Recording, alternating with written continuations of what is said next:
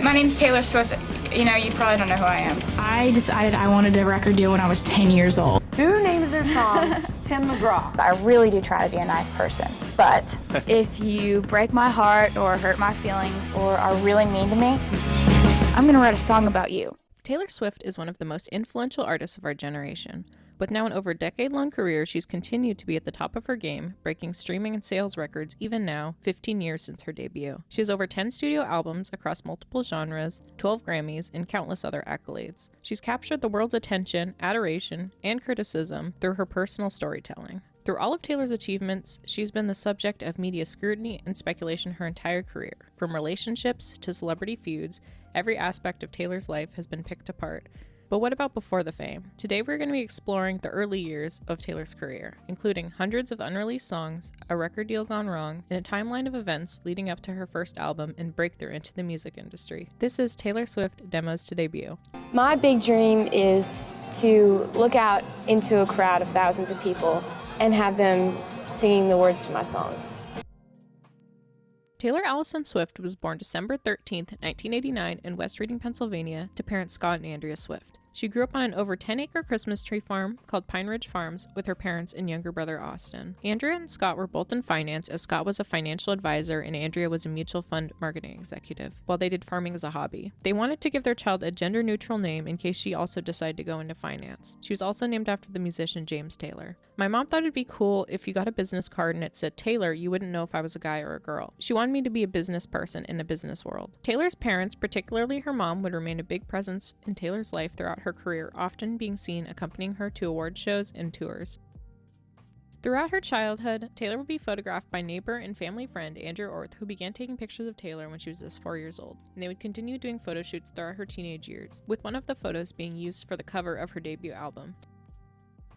Taylor would describe this childhood on the farm as magical and would reference it in songs like The Best Day and Christmas Tree Farm. The earliest the Swifts can recall Taylor's interest in music was watching Disney movies and remembering all the lyrics to all the songs. Taylor would say, "My parents have videos of me at the beach at like 3, going up to people and singing Lion King songs for them. I was literally going from towel to towel saying, 'Hi, I'm Taylor. I'm gonna sing I Just Can't Wait to Be King for You now.'" Oh, I just can't wait to be king. This interest in singing and performing was no surprise to Andrea, as her mother, Marjorie Finley, was a professional opera singer and TV host in Puerto Rico. Taylor would recount her mom's childhood to Rolling Stone in 2008, saying, "She was actually a recording star in Puerto Rico when my mom was growing up. My mom was always stuck sitting backstage somewhere or sitting in the front row watching a performance her entire childhood. She thought that when her mom stopped performing, she'd be relieved of those duties. But all I've wanted to do was sing ever since I was born, so she's always been backstage." When discussing her grandparents on her mother's side, Taylor would say, "My grandparents were American, but my grandfather took a job building oil rigs over in Vietnam, so they were overseas all the time. Whenever my grandfather would go for his engineering jobs, my grandmother would go and perform and sing opera. She was in all these musicals in Singapore and all these gorgeous places where my mom grew up. My mom has these amazing stories growing up overseas, and then she moved to America when she was about 10. Taylor would consider her grandmother one of her first inspirations. Telling The Times in 2009, she would have these wonderful parties at her house and would get up and sing. She always wanted to be on stage, whether she was in the middle of her living room or in church. She just loved it. And when she would walk into a room, everyone would look at her no matter what. She had this thing, this it factor. I always noticed it. She was different from everyone else." When Taylor was in first grade and she was asked what she wanted to be when she grew up, she would say a stockbroker like her dad. But by second grade, she would change her answer to singer. She would recall this in 2008, saying, "I started to realize it when music became all I wanted to think about and all I wanted to do was sing. I was brought up with parents who went to college and had business degrees and worked in offices, so that's what I thought I was going to do when I was in third grade. They're like, 'What do you want to be when you grow up?' I'm going to be a stockbroker like my dad." I didn't know what a stockbroker was, but I knew I wanted to be a stockbroker because that's what my dad did. It wasn't until a few years later that I realized it would be possible to have a career in the thing that I loved, which was music. In third grade, Taylor would play Freddie Fast Talk in her school musical despite it being a boy's part, saying, "It was a bad guy, I didn't care. I was like, I'll dress up like a guy, I want to sing that song, so I dressed up like a guy and sang the solo." Taylor would be introduced to country music at age 6 after getting a Leanne Rimes album and later going to her concert at age 8. Taylor would say, "I saw Leanne Rimes in concert in Atlantic City when I was 8. She touched my hand, I bragged about it for a year." In elementary school, Taylor also began writing poetry, citing her inspirations as Shel Silverstein and Dr. Seuss. Poetry was the first thing that ever fascinated me about words and about writing. Poetry is what turned me into a songwriter. I found out that if you have the right amount of words and the right syncopation, and you can make the right rhymes at the end, you can make the words bounce off the page. At the age of 10, Taylor would win a poetry contest for her poem, Monster in My Closet. What's the earliest poem that you remember today that you wrote as a little kid? There's a monster in my closet and I don't know what to do. Have you ever seen him? Has he ever jumped on you or something? Isn't that great? That's my 4th grade national poetry contest. Throughout Taylor's childhood from ages 2 to 14, the Swift family would spend time at their vacation house in Stone Harbor, New Jersey. Taylor would recall this time living in Stone Harbor fondly, saying, "It was really cool living on the bay. We have so many stories about it. We used to all gather on the docks when the boat parades would go by on July 4th and shoot water balloons at them." Also saying, "I made a clubhouse in the room above the garage and made a filing system of members of the club. Everyone had a profile and I would write on tiles I found. I painted the whole room different colors and I spent all day in there just doing nothing but sitting in my own little club because it was mine." She would also say, "We lived across from a bird sanctuary and I had a pair of binoculars, and some days I would just stare out the window looking for birds, or the boy who lived next door to me, who I swore I was going to marry someday. One summer when I was 11, I wrote a novel. I was allowed to be kind of weird and quirky and imaginative as a kid, and that was my favorite part of living at the shore." In a 2012 article with Vogue, Taylor would expand upon this novel she wrote as a kid, saying it was a 350-page book called A Girl Named Girl about a mother who wanted a son instead of a daughter. She would also expand upon her time living at the shore, saying, "That's where most of my childhood memories were formed." Also saying, "We lived in a basin where all this magical stuff would happen. One time a dolphin swam into our basin. We had a family of otters that would live on our docks at night. We'd turn on the lights and you'd see them, hanging out, just being otters. And one summer, there was a shark that washed up on our docks. I ended up writing a novel that summer because I wouldn't go in the water. I locked myself in the den and wrote a book when I was 14 because of a shark." So it's unclear if Taylor wrote this book when she was 11 or 14, but in a YouTube Presents interview, she would also say she doesn't remember which year she wrote it. I was 14. No, wait. You were younger? I was like 13, I think. 13? I was at the shore. We used to spend our summers in Stone Harbor, New Jersey, and all my friends were back in Pennsylvania, and so I had nothing to do. And so I had this epiphany, I'm going to be a novelist. I would write different chapters of this book and send them back to my friends, but I've always been a writer first. Mm-hmm. It's my favorite thing is how you can convey a thought or a story or completely describe a character or a situation through words, and the right combination of words. Regardless, in 2015, Taylor Swift's team would trademark A Girl Named Girl and have continued to renew the trademark since then. In 1999, the Swifts would move to nearby Wyomissing, Pennsylvania, leaving their farm life behind. Around this time, Taylor would also become interested in doing musical theater, saying, "My grandmother, who was an opera singer and one of my early influences, took me to see a children's play. It was really inspiring to see all these people that were my age getting up there and doing that, and I was thinking, I would love to try out for one of those. I didn't have any lines, but it was an amazing experience getting up there on that stage." Taylor would enroll in a local children's theater company, Berks Youth Theater Academy, and she went from playing an orphan in Annie to playing leads like Came and Bye Bye Birdie, Maria in The Sound of Music, and Sandy in Grease. Around this time, Taylor also began taking trips to New York for auditions and voice and acting lessons.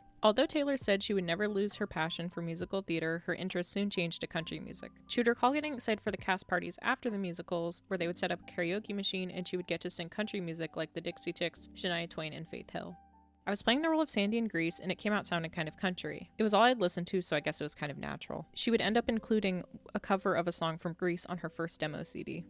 When talking about her switch from musical theater to country music, Taylor would say, "When I was 9 or 10, I used to get the leads because I was the tallest person. But my interest in music soon drew me to country music. I was infatuated with the sound, with the storytelling. I could relate to it. I can't really tell you why. With me, it's just instinctual." When explaining her infatuation with country music, Taylor would also say, "My love for country was cemented by 3 great female acts. Shania Twain brings an independence and crossover appeal. Faith Hill has this beauty and grace and old school glamour. And the Dixie Chicks have this we don't care what you think quirkiness." Taylor would continue to sing karaoke, particularly at Pat Garrett's Roadhouse, saying, "I would go through the phone book and look for places I could sing karaoke. There was this broken down roadhouse where you could go and sing karaoke competitions, and the owner of the roadhouse also owned the amphitheater across the street. He had all these traditional country acts come to the amphitheater like George Jones, Loretta Lynn, and Charles Daniels. If you won the karaoke contest, you got to open for them. You got to play at like 10 a.m. when George Jones would go on at like 8 p.m. I would go there every single week until I won, and I got a chance to open for Charles Daniels. That was something that was just really exciting to me when I was like 11. When recalling this to CMT, she would also say, "I started out singing karaoke in his roadhouse, his little bar, when I was 10 years old. He'll vouch that I was there every single week saying, 'I'm just going to come back if you don't let me win one.' I was like an annoying fly around that place. I would not leave them alone." Despite finding her passion and love for country music, Taylor would have a rough time after moving to Wyomissing, saying, "I didn't have friends. No one talked to me. I used to go to school in Pottstown. When I moved to Wyomissing, I didn't know anyone." When watching an episode of Behind the Music featuring Faith Hill, Taylor would learn that Faith Hill got her start in Nashville after being discovered at the Bluebird Cafe, and she would become obsessed with wanting to travel there. She would recall this saying, "So ever since I saw this TV program when I was about 10, I was obsessively, obnoxiously bugging my parents every single day. We've got to go to Nashville. Can we go to Nashville? Can we go on a trip to Nashville now? Or maybe spring break. Can we go to Nashville?" Everything led to that. It was like, "So, how was your day at school today, Taylor? Great. Can we go to Nashville?" I would bug them every single day until finally we planned a trip to Nashville. It was spring break, and I was 11, and I had this little demo CD. This demo CD Taylor created to hand to receptionists on Music Row would include One Way Ticket by LeAnn Rimes, There's Your Trouble by the Dixie Chicks, Here You Come Again by Dolly Parton, and Hopelessly Devoted to You from Grease by Olivia Newton-John. Mine is not the first heartbroken. My eyes are not the first to cry. Taylor would go up to receptionists and say, I'm Taylor. I'm 11. I want a record deal. If you give me a call, that would be awesome. Although these efforts were met with little success, Taylor was still determined to find a way to stand out. She decided to try to reinvent herself before traveling to Nashville again, saying, "I realized that I needed something about me that was different. I'd figured out the whole performing and singing thing, and I realized I needed something else. So I went back to Pennsylvania and started writing my own songs and playing guitar." She would continue saying, "I went home and decided I needed to learn a few more things before I went back. I learned guitar and I learned songwriting and I never put it down. I would play guitar for 4 hours a day and my mom would make me stop and we'd have to tape up my fingers. So instead of playing at karaoke bars and things like that where I need to drag my little karaoke machine everywhere, I would go with my guitar and plug it in at coffee houses, and I would bring my little amplifier and plug it in at Boy Scout meetings. I would plug it in all these different places, little random places, where you could play. I had a portable instrument, and I could go accompanying myself, and I could play anywhere I wanted. That really expanded places where I could play and my abilities. I played so much that I came a long way in a short period of time." So prior to doing research for this video, the story I've always heard about how Taylor learned how to play guitar is by her computer repairman that was featured prominently in Journey to Fearless. Whoa! I got my first guitar when I was 8 or 9 years old. I couldn't motivate myself to learn because my fingers were too small. I always had the guitar around and had it in the corner. And when I was about 12, this magical twist of fate, the guy who my parents had hired to come fix my computer, I'm doing my homework, and he looks over and sees the guitar in the corner, and he was like, "Do you play guitar?" And I said, "Oh, no, I tried, but no." He said, "Do you want me to teach you a few chords?" And I was like, "Yeah, yes." A couple years later, in 2015, Taylor's guitar teacher would do an interview exposing the truth behind the situation. He would give an exclusive interview to the Daily News titled "Exclusive: The Real Story Behind Taylor Swift's Guitar Legend. Meet the computer repairman who taught the pop star how to play." It would continue, Taylor Swift tells a magical anecdote about the computer tech who taught her how to play guitar when she was 12, and that teacher is sharing his side of the story for the first time. He would explain more about the context of how he met Taylor and make her story and Journey to Fearless seem fake, saying, "The first time I heard of Taylor, my brother had a theater company. They would do these parties after the show, and they would do karaoke. My mom would attend these." Also saying, "I only met Taylor face-to-face in 2002. I had a shop up in Lesport. It was a computer shop, and that's where I had my little studio. My brother brought Taylor and her mom and her brother over and introduced me and said, 'Would you be interested in recording a demo?'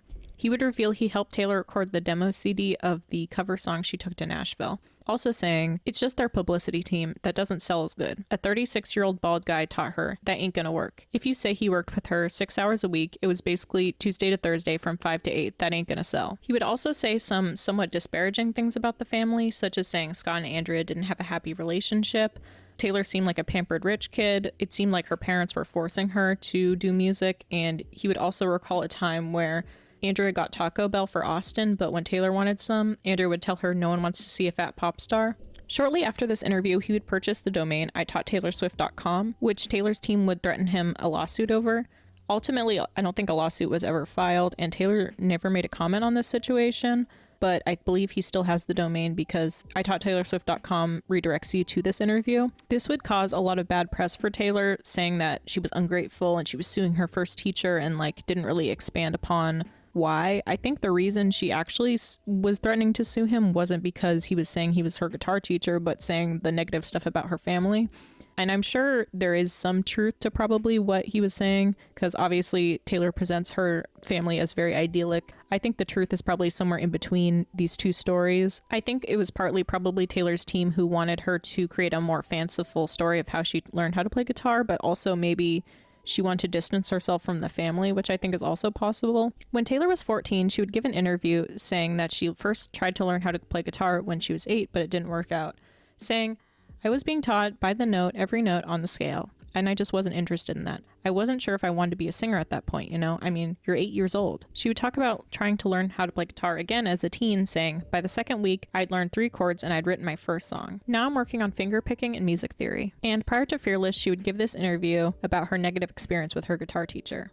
Well, I took a bunch of lessons when I was little, really little, like 10 and 11 and stuff, guitar on 6 strings. And I had this one real jerk of a teacher who I was asking him, I was like, "So what's the difference between a 6-string and 12-string guitar?" And he goes, "I don't even need to answer that for you, because there's no way that you'll be able to play a 12-string guitar at your age, and your fingers aren't developed enough, and there's no way you'd be able to play it." So the next day I picked out the 12-string guitar that I wanted, and and waited, I think, about 6 months until Christmas came around, and I got that 12-string guitar, and I would play it every single day until my fingers bled. Now that I presented both sides of the situation, I'm curious what people think of this, because I feel like this situation's kind of been blown out of proportion. I often see people talk about this article as like the truth behind Taylor's family and stuff. Taylor would continue to do performances anywhere she could, particularly the national anthem, saying, "When I was 11 years old, it occurred to me that the national anthem was the best way to get in front of a large group of people if you didn't have a record deal. So I started singing the national anthem anywhere I possibly could. 76ers games, the US Open, and I would send my tapes out everywhere. I would sing the national anthem at garden club meetings. I didn't care. I figured that if you could sing that one song, you can get in front of 20,000 people without even having a record deal. So I've sung that song many, many, many, many times." Taylor's performance of the national anthem at the US Tennis Open would end up being an integral part of her early career, as the US Open entertainment director would connect her with her first manager, Dan Dimtrow, who was currently the manager of Britney Spears. Dan would get sent her demo CD of her covers in October 2002. When Taylor was 14, she would recount what happened after the demo CD was sent to him, saying, "Dan called me and asked us to come down and play for him at his office. So I brought my 12-string down and played some songs for them. Dan said, 'I want to work with you guys,' and he's been great ever since. I love Dan. He's an awesome manager." By November 2002, Taylor would post her first original songs on her website. This included "Am I Ready for Love" by Celia Berman Gray. This is a song about a young girl emerging into adulthood and fantasizing about her first relationship and recalling the advice on love that her dad gave to her. Am I ready for the joy? Am I ready for the pain? Am I ready for the boy? Am I ready for love? The second song on her website would be "Can I Go With You," co-written by Greg McElrath and Taylor Swift. "Can I Go With You" explores a child watching her parents fight and wanting to leave with her father. You pack a suitcase, take a picture from the wall. I always knew this time would come. I'm just going to give a disclaimer here. I'm not going to pry too much into the personal backstory behind these songs, because I don't know which ones are true and which ones are fiction. I'm mainly just going to be interpreting how the lyrics read, and then if Taylor or her co-writers have ever commented on any of the songs. But unfortunately, because she's never commented on many of the unreleased songs, we can really only go off of the lyrics for how to interpret them. Later in 2002, Taylor would also write what's considered her first song, "Lucky You," which is about a girl who's different from her peers. This is a song I wrote yesterday, and it's about a girl who's just different, and I really like it because it's just so happy. So this is called "Lucky You."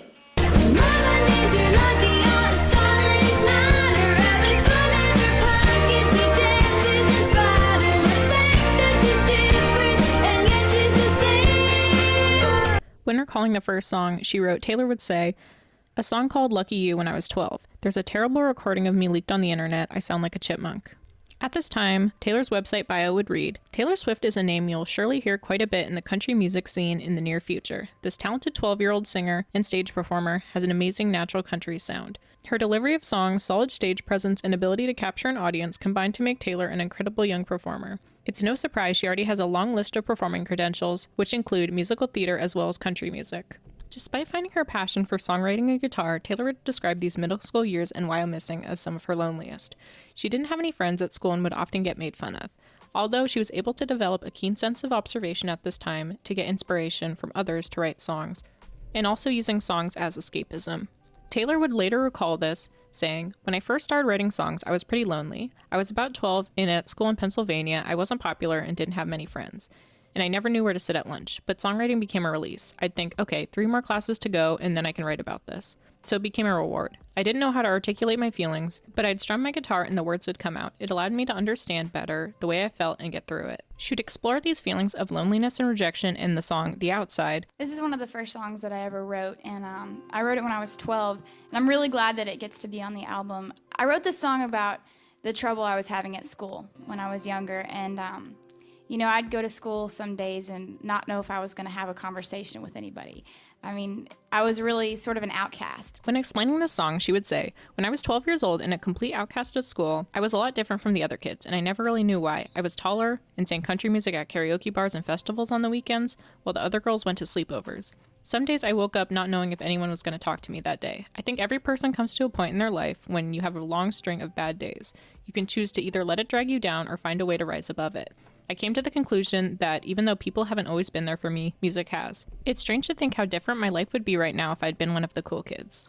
She would also say, "When I was 12 or 13, I would write about relationships, when I wasn't in relationships, because I wanted to look at other people and try to observe what they were going through. But in the case of The Outside, I was writing exactly what I saw. I was writing from pain. And I've always felt so lucky because I never needed an escape like drinking or drugs or anything like that to escape from bad days. Music has always been that escape for me." And if you're curious, we are going to loop back to Taylor's relationship with alcohol and also the song The Outside later in this video.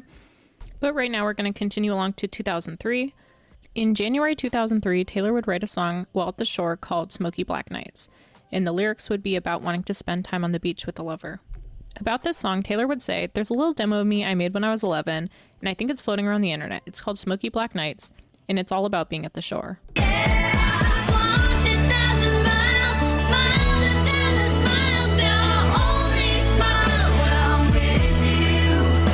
I know Taylor says she was 11 when she made Smoky Black Nights, but in Miss Americana, they have a clip of her saying she just finished writing the song, dated January 19, 2003, so she would have been 13 at the time. I just finished it 5 minutes ago, so... In a diary entry shared in the Lover Journals, it would reveal Taylor wrote a song called A Kid in the Crowd after seeing a Leanne Rimes concert in March 2003, with the lyrics, "I remember the eyes of the kid in the crowd who cut me down to size, realizing is crying out loud, for every kid on stage, there's a kid in the crowd." And there's a small clip of what's believed to be part of this song on the Speak Now tour bonus DVD.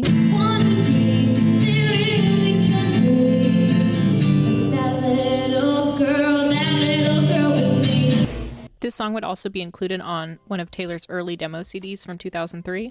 She'd also write in this journal entry, "The world is as big as you make it, never be shameful to fly. When a chance comes, you should take it. May you never be scared of goodbye." Also cheekily writing, "This could be worth money someday, just kidding, hee hee hee," which is honestly a little too self-aware for me and kind of creepy. On March 23rd, she would also write a journal entry about going to a Sugarland concert with her mom, and I just found this interesting because 15 years later, in 2018, they would collaborate on the song Babe. On March 25th, her parents would meet with Dan Dimtrout again, and they would enter into a exclusive personal management agreement for him to manage her career, although this would be a handshake agreement and they would not officially sign documents until 2004. In Taylor's diary entries in May 2003, we would learn that Taylor's preparing to go back to Nashville in June to present her songs to record labels. On May 17th, Taylor and Andrea would go to New York for voice lessons for her to work on Smoky Black Nights, and they would also get frozen yogurt, which she would say is kosher, non-cholesterol, extremely tasty, dreamy frozen yogurt and only 40 calories. They would also go to the movies, and at the movie, Taylor would begin fantasizing about her first kiss and what it's going to be like, saying, "It's going to be great and romantic. I just dream about looking into someone's face and feeling something I've never felt before, you know? I was just never able to put a face to the fantasy, but something tells me my first kiss is going to be far away from happening, because the guys in my school aren't worth worrying about. They are all in it for one thing, and I think you know what that is. I guess I'll be okay without my first kiss." And a couple days later, on the 19th, she would say, "I tried to practice my songs for Nashville, but I completely psyched myself out and broke down crying. I don't know if I can do this, because I want it so bad, but I'm so scared of what might happen. I just have to breathe in and breathe out and relax. Nashville is not going to kill me. I can handle it. It's okay. I'll be fine." I'm young. I'm talented. They'll see it in me. I've got to hang on. Can't worry, I'm only 13. I'm allowed to make mistakes, right? Oh, this is a lot to handle. June 5th, Taylor would write about a bad performance in her journal that resulted in her getting heckled by the crowd. My guitar pick broke in half and flew out of my hands. There was this huge silence. It was awful. I had to bend over and pick it up in front of everyone. And then while I was singing, this guy was shouting stuff like, "Go on, sing that country bull. Go on, mother." It was awful.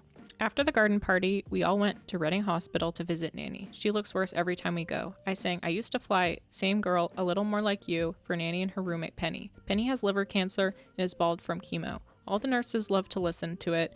It went really well. Then we went home and I worked on a song called Not One Day. It's okay, but I don't know. This is such a sad and harrowing experience for a young girl to go through. I was curious if the nanny she mentioned is Marjorie, but all I could find was sources saying Marjorie passed away June 1st, which would have been a couple days prior to this journal entry. Sadly, Marjorie would pass away, who was Taylor's last surviving grandparent, in June 2003. So I believe this journal entry is about her, but I think the date of her death is just misquoted. The songs Taylor mentioned singing at the hospital would later be included in her demo CDs in 2003. I Used to Fly is about feeling the presence of a loved one who's passed away and feeling like you're never truly alone. I know you can't see me here, but I am not alone. I'm lying here in invisible arms. The other song she mentioned, Same Girl, is about Taylor pursuing her dreams but staying the same despite it. I've always been the same girl, living in the same world, singing little songs at the break of dawn, girl sitting on the front porch, do-do-do-do-do. A Little More Like You and the song she started writing, Not One Day, have never leaked, so nothing is known about these songs. About going back to Nashville with a new approach, Taylor would say, "There are so many beautiful girls trying to make it in Nashville. Just one more beautiful girl after the other, and each can sing louder and higher than the next. So I decided the way I could stand out was to pick up a guitar and start writing. If I couldn't stand out by doing everything to get to this point, I wouldn't be here. When I picked up guitar, I could not stop. I would literally play until my fingers bled. My mom had to tape them up. And you can imagine how popular that made me. Look at her fingers, so weird. But for the first time, I could sit in class and those girls could say anything they wanted about me, because after school, I was going to go home and write a song about it." She'd also say in 2007, "I didn't want to just be another girl singer. I wanted there to be something about me that set me apart, and I knew that had to be my writing." I think this is interesting because this is actually a belief that Taylor still holds up until Miss Americana. I know that without me writing my own songs, I wouldn't be here. In June 2003, Taylor would go to Nashville and visit with Capitol Records and RCA in pursuit of a record deal. In her journal, she would say, "I went over to RCA Records and did a small showcase and chatted with them. Then headed over to Capitol Records and met with the president and vice president of the company. They totally flipped out over me, and they said I was the most talented 13-year-old they'd ever seen. They told me I should be thanking God every day for the incredible gift he gave me. Well, I appreciate the compliment, but they followed it up with, 'I just hate to see you jump into this right now and have a short-lived career.' They very politely agreed that country is dedicated to 35-year-olds. Radio just doesn't play teens. That's where I'm going to prove them wrong." Later in the day, she would go to Bluebird Cafe to see other songwriters perform, and she would end the entry by saying, "I have a radio call meeting with Warner and a flight to catch tomorrow. I have a good feeling about RCA." On June 24th, Taylor would write in her journal, "I got a record deal. RCA Records in Nashville wants to give me a development deal. We stopped at Taco Bell, my manager called us on my mom's cell, and she gave the phone to me. He had Dad on a conference call. He started out by saying, 'Well, we gotta follow up on all the labels, and they think you need a couple years to grow so they can put you on the radio. Except RCA, who wants to sign you. Congratulations.' I was going crazy, I cried. I guess I never really expected to get one. It's a development deal, but those are all the details we have. I told a bazillion people." Although, unfortunately, did Taylor know at the time that RCA would not put out a single song while she was under their record label. Taylor would reflect on this a few years later at 19, saying, "She played them a few songs and they said they wanted to give me a development deal. A development deal is like an in-between record deal. It's like a guy saying he wants to date you but not be your boyfriend. You know, they don't want to sign you to an actual record deal or put an album out on you. They want to watch your progress for a year." She would also say when looking back on this situation, "Eventually, we scored this meeting with RCA Records when I was 13. I went to RCA and pulled out my guitar and played a bunch of songs, maybe 20 songs. The A&R people said, 'We want to sign you to a development deal,' and that's when I was 13. A development deal is not a full-on record deal. It's not, 'All right, we're going to make an album, let's go.' It's, 'We're going to sponsor and pay for your demos that you do over the next year, and we're going to see how you grow as an artist. And then in a year, we're going to decide whether we want you or whether we want to develop you for more time or whether we want to drop you.' It's a non-committal commitment, but I was elated. I was just like, oh my gosh, this huge record label wants to sign me to a development deal. I'm so excited. So we started coming to Nashville more and more and more, and eventually we decided to move." In mid-2003, 2 more songs would be added to Taylor's website, a demo of Lucky You and a demo of Smoky Black Nights. At this point, Taylor was fully devoted to her career.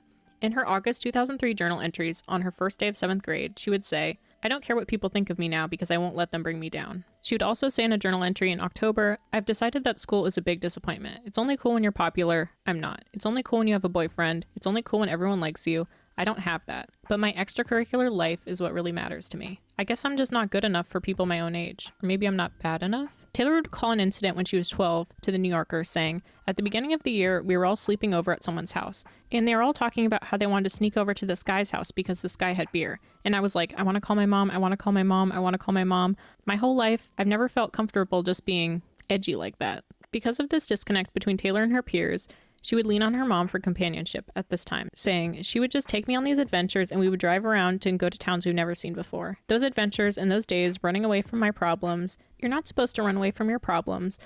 But when you're 13 and your friends won't talk to you and your mom lets you run away from your problems, I think it's a good thing. My mom was an escape in a lot of ways."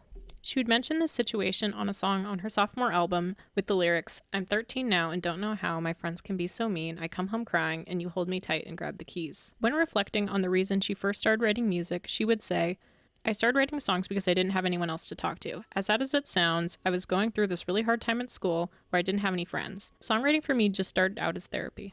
Throughout 2003, Taylor would record numerous demo CDs. In 2018, a Nashville journalist, Brian Mansfield, would make an Instagram post of a collection of demo CDs that belonged to Robert Ellis Oral, with the Instagram caption, "One more at Taylor Swift history post for this week, early demos, CDs, and CDRs," with the additional, "Edit, this isn't my collection, they belong to at Bob something," who's Robert Ellis Oral, who produced and wrote with her in her early days. He's sworn to Scott Swift that he'll never sell them or let them out of his sight. I didn't even get to listen to them. I only got to take the pictures. This Instagram post would actually reveal some previously unknown demo songs that Taylor recorded. So the first demo I'm going to mention is Lucky You and Smoky Black Nights, which we've already talked about. And then there's Lucky You, Smoky Black Nights with the addition of the acoustic song American Boy. American Boy is a song about a guy growing up and living kind of the perfect Americana country dream life and finding love and making it through. And Mama makes the cookies and Daddy's just the greatest living hero that ever was. Nothing in the world can ever once destroy the dream of an American boy. Another CD from 2003 would include American Boy, Your Picture, Cross My Heart, and In the Pouring Rain. Cross My Heart is kind of a typical Taylor pining song. There's quite a few of these in her early demos. So I'll cross my heart and hope for you, knock on wood and rope the moon. I'll pray for you and be in hope I'm right. And In the Pouring Rain is a song about a couple having issues, as I believe it's implied that he cheated and he's coming back in the pouring rain to apologize to her. And in the pouring rain, she is able to change her tune and forgive him. In the pouring rain, can you feel my pain like teardrops falling down from the sky? Thematically, I think this song's interesting because rain becomes a pretty common motif in Taylor's early career, especially during like the Fearless era. And there's actually quite a few of her demo songs that talk about rain and kind of how rain always represents an apology or like giving an apology in the rain. Along with Taylor's shorter demo CDs, she would also record some longer ones, such as this one with 16 tracks called Taylor Songs in papyrus, bright pink papyrus. One of the songs on this CD is Point of View, which tells some kind of goofy situations and then, you know, saying how people could change their point of view. Some say the grass could be greener and the other side ain't far away, but I say that old could be newer and love still counts when it doesn't stay. Some say I love you, some say love needs proof. And another song, My Turn to Be Me, which is about a controlling relationship and finding freedom once you're out of it. Honey, I was trying so hard to talk, walk, think, stop. Anytime you want me to bend on my rules, I used to let you choose who you wanted me to be. And Never Fade, which is a song about words of encouragement to someone she loves. Blowing in the wind is getting harder to do. Don't count the days as they leave you. Count them as you find a day new. Don't fade away, never fade. This demo CD also includes some previously mentioned songs like I Used to Fly, A Little More Like You, Kid in the Crowd, Lucky You, and Smoky Black Nights, along with some songs that have never leaked, including Fire, Baby Blue, Beautiful Days, One-Sided Goodbye, Houston Rodeo, Mary Jo, Ride On, and Halfway to Texas. Another demo CD titled Taylor Swift Volume 2 has also resurfaced online, although it's unknown what the part 1 to this part 2 is, as the numbers in this CD don't match up to any of the other ones that have leaked, and some of them have duplicate songs. So I will point out the ones I haven't mentioned yet. There is Honey Baby, which is another kind of classic, sweet, pining song. Honey baby, oh, how can you blame me when I say I wanna make you mine? 'Cause everybody else in the world is driving me crazy. There is Spinning Around, which is a song about falling in love and kind of being blinded by love.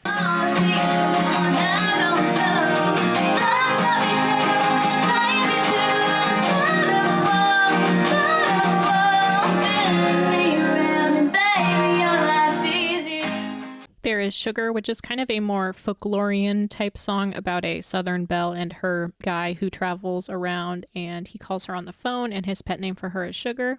With her midnight hair and with his favorite stare, she's a Southern belle, he's a rock-out king.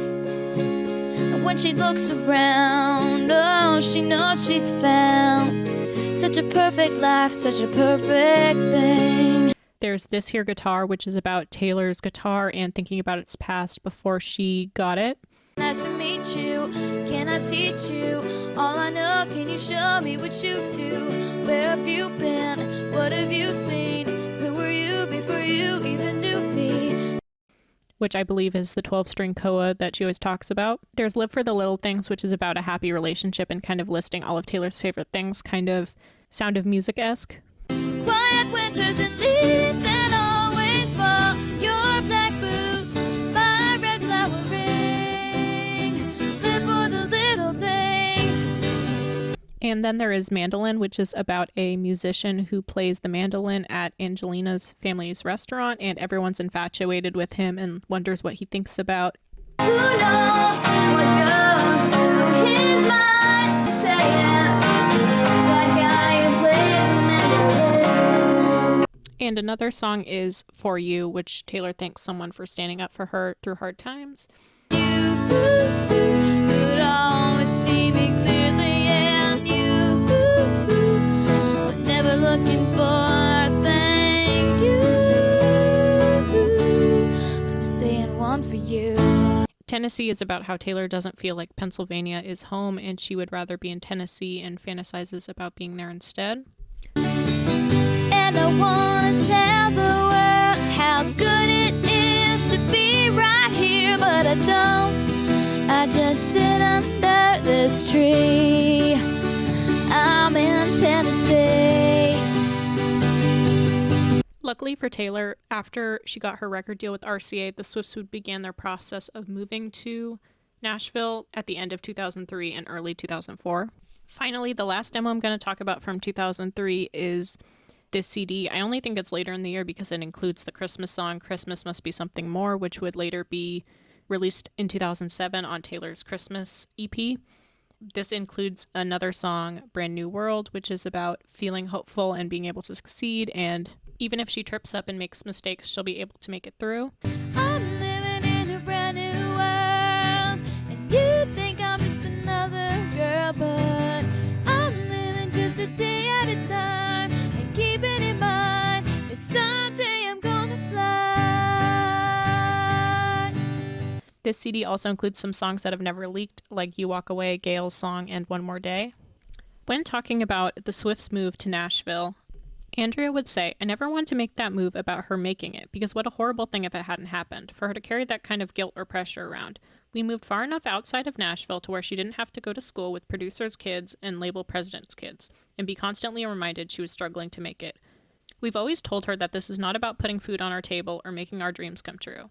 There's always been an escape hatch into a normal life if she decides this wasn't something she wanted to pursue, and of course, that's like saying to her, if you want to stop breathing, that's cool. On January 15, 2004, Taylor would write and produce songs with Robert Ellis Orrell and Angelina Petraglia. On this day, Taylor would write A Place in This World, I'm Only Me When I'm With You, and What Do You Say? Later, when Taylor reflected on A Place in This World, she would say, I wrote this song when I was 13 and just moved to Nashville. It was tough trying to figure out how I was going to get where I wanted to go.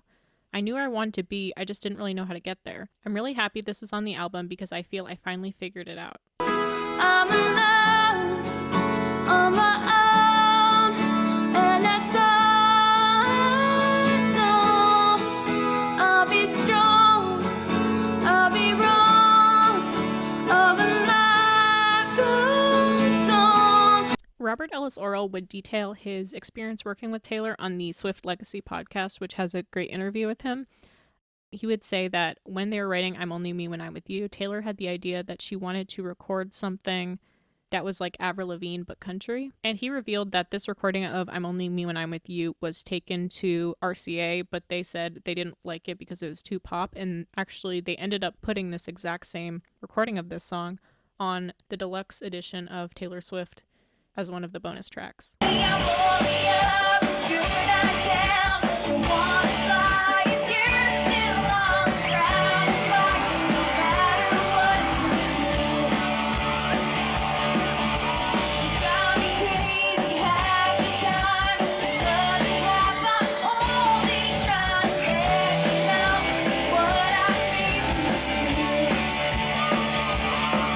I often see people say I'm Only Me When I'm With You was written about Taylor's high school friend Abigail, but I do want to point out that this song was actually written before they had even met. Although later, after the song was released, Taylor would create a music video made of home videos which included Abigail and her family and other friends. The I'm Only Me When I'm With You video was something I edited on my laptop, and it was just footage I had from being on the road. When I was like 16, 17, we were traveling all on one bus, like the whole band, me, my mom. It was a huge moment when we upgraded to 2 buses and we had a girls' bus and a guys' bus. But for a long time, it was just like people just like crammed together on this bus, and it was hilarious and fun, and a lot of those moments are captured in this video, which was just stuff that I had filmed on my camera. So it's funny to go back and look at it. It definitely, like, I never feel like I wasn't allowed to be a teenager just because I was in this business. Like, I definitely still got to have that. And the last song they would record on this day is What Do You Say?, a sweet song about pining over someone and waiting for them to make a move.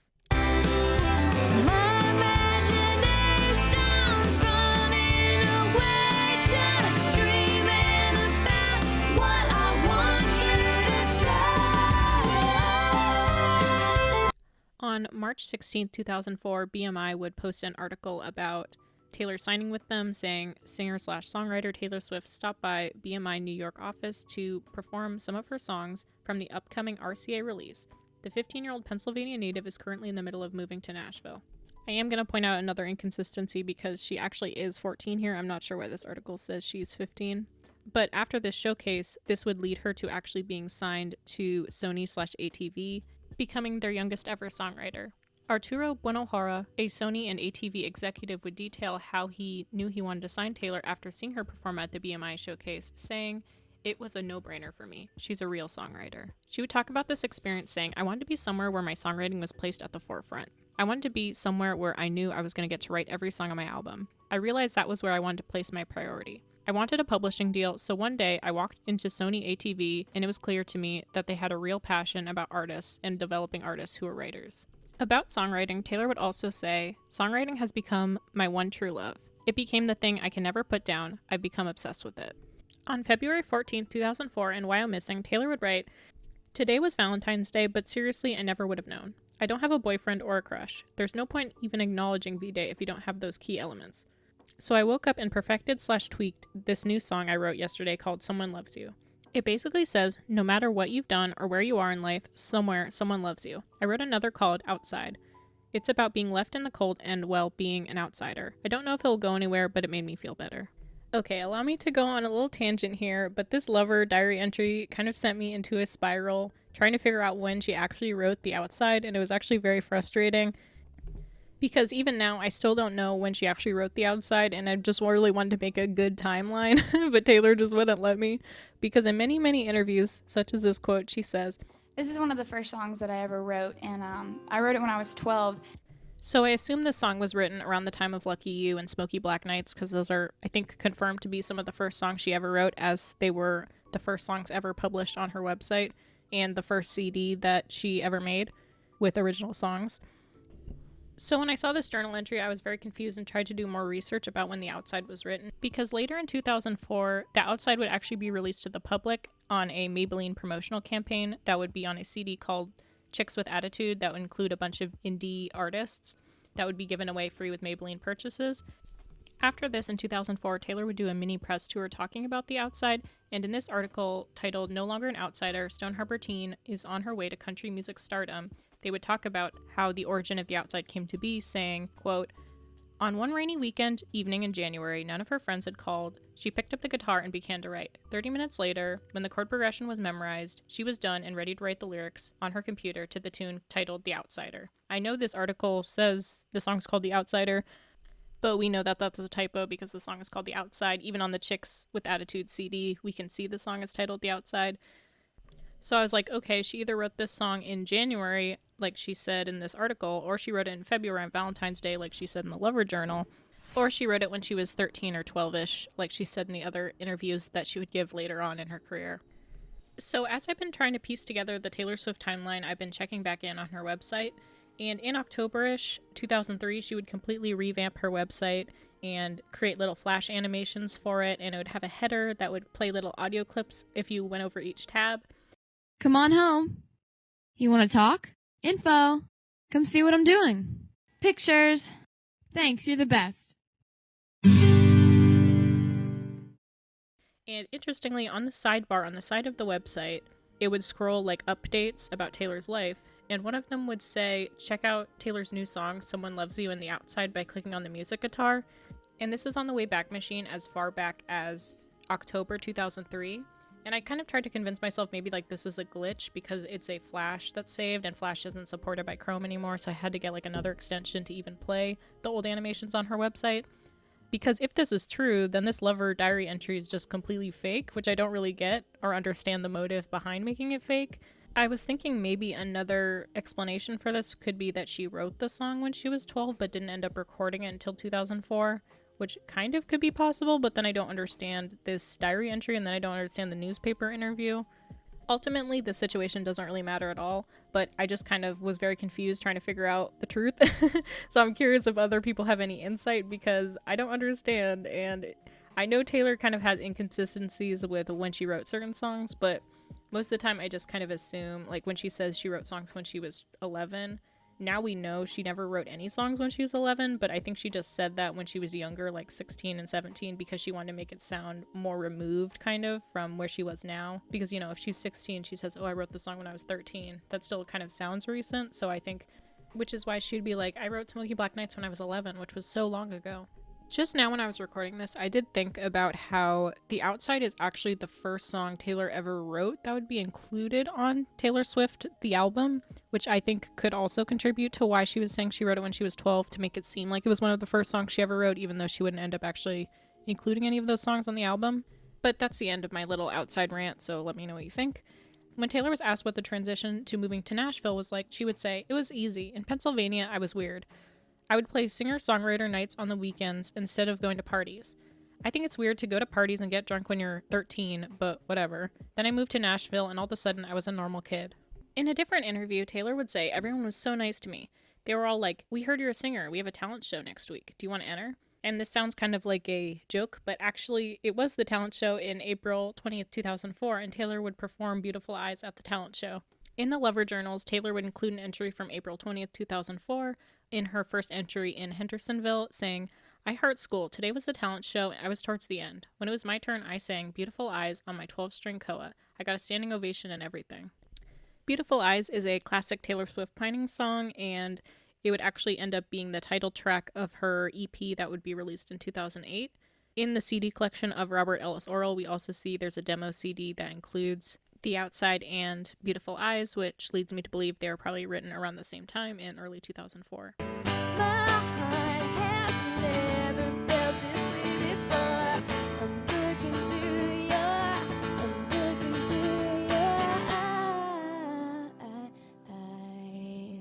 Taylor would also continue in this diary entry. After school, Mom and I went to Nashville and we met at the label. I played Angelina and Beautiful Eyes for them. They told us that we have to pay for any demos we make before the deal. We didn't know about that. After that, we went to RCA Cafe and the people who played were really good. I want to write with a girl named Liz Rose who played. Liz Rose and Taylor would become frequent collaborators throughout Taylor's early career, especially during the debut and Fearless eras. Together, they would write dozens of songs, the last of which being All Too Well. When Liz was reflecting on when she first met Taylor, she would say, she was barely 14 and she had a development deal on RCA. RCA had this really cool thing down in their basement called the ROG Cafe. I went there and did one of their rounds, and it's so funny because I don't sing, but I got up there and did a couple songs, kind of struggled through them. Taylor came up to me afterwards and introduced herself and told me she loved the song. Would you write with me sometime? I said, sure, and we wrote a song called Nevermind. I remember writing with her and thinking, why am I here? She was so fast and we had fun, and I remember we turned it in and someone said, you know, this is really good, but do you think you could get her to write something a little more country? And I said, you're not going to get her to do anything she doesn't feel. This kid knows exactly what she's doing. The song that Taylor would play at RCA called Angelina is a song about Taylor comparing herself to another girl, and it seems like she likes the guy that Angelina's with named Steven. I've always been a bit reckless. I'm not your typical princess. I'm fine, just a bit of a mess. Well, the first song that Taylor and Liz would write together is a song about wanting to confess your love to someone but not wanting to ruin the friendship you have together. All I really wanna do is be next to you, but I'm too tired to fight. And I could tell you now, but baby, never mind. Liz would also say about writing with Taylor, I think she ended up just writing with me because I didn't change what she was doing. I tried to make it better and mold it and hone it and hang on there and write it down. That's why it worked for us. I really respected her and got what she was trying to do and didn't want to make her write in the Nashville cookie cutter songwriting mold. When Taylor was asked about Liz, she would say, she's one of my favorite co-writers. I feel so comfortable with her. And sometimes I would bring in the craziest ideas. Sometimes they worked and sometimes they didn't. After they wrote songs together, they would record them in what they both described as a shack behind the publishing company with producer Nathan Chapman. Taylor and Liz would write many songs throughout 2004 and 2005, and I'm going to go over some of them now. One is Check Out This View, which is about how she's in love with someone and how wonderful they make her feel.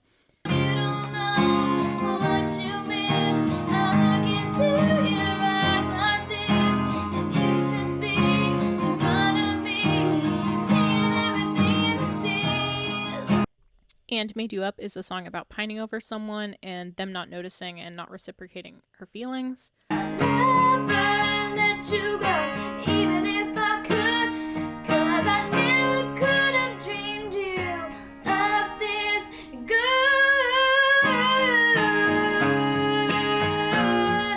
Her is a song about Taylor comparing herself to another girl and feeling like she's not the traditional woman that people would want to get married to and have kids with. She's spontaneous, she ain't afraid of anything. She's not the jealous type, she's the type to give a diamond ring. Love They Haven't Thought of Yet is about dreaming over a fairy tale guy who would sweep her off her feet and give her a storybook romance.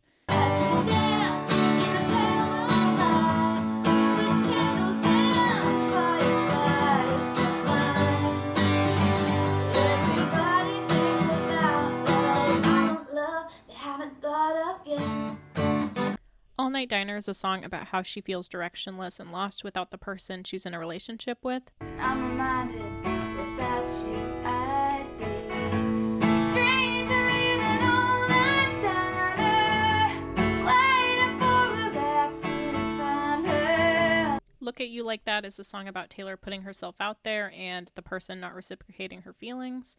For all of that time, I thought you were mine. Was I just kidding myself? But letting it go and loving you so. Don't you dare tell me not to look at you like that. Fall Back on You is a song about a broken up couple getting back together even if it won't last. You won't tell nobody, I won't tell my friends. We'll just drive down this road and pray it doesn't end. And we'll tell each other things like I love you. And Stupid Boy is a very angsty song about her being mad at a boy. And this is kind of the first breakup song we've seen from her demos. Why the hell don't you love me?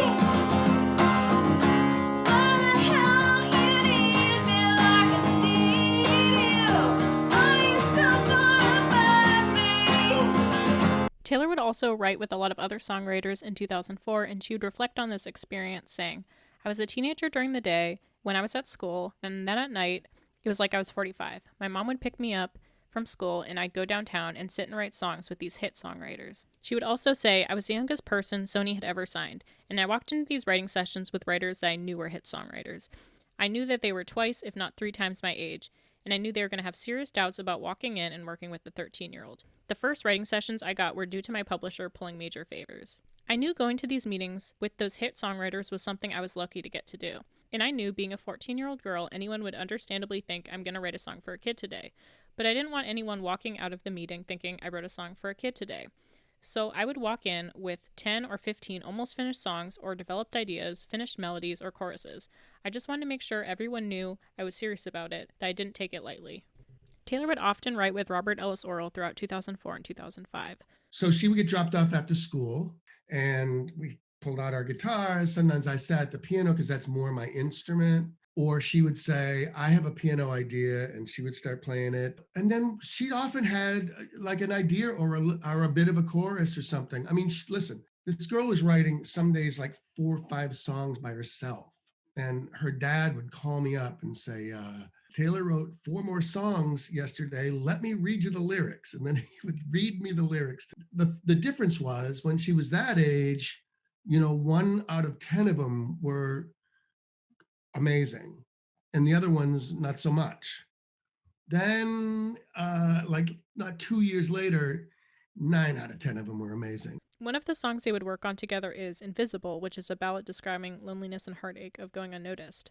Taylor would later talk about her inspiration for this song in an interview, saying it was about her time at the shore. Then there's the song Invisible, which is about the son of my parents' friends. They were always at my house, and their son was my age. And he would always tell me about other girls he liked, and I felt, well, invisible. Obviously, I wrote a song about it.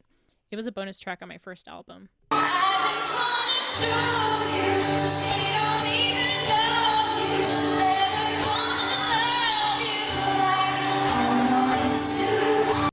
Another song they worked on together is called What to Wear, which is about a small-town 16-year-old girl who's a dreamer, and she's going on her first date to the school dance with the guy she likes. Wondering what to wear. Another song is Better Off, in which Taylor's describing a relationship her friends don't approve of, but ultimately she's able to find happiness with that boy.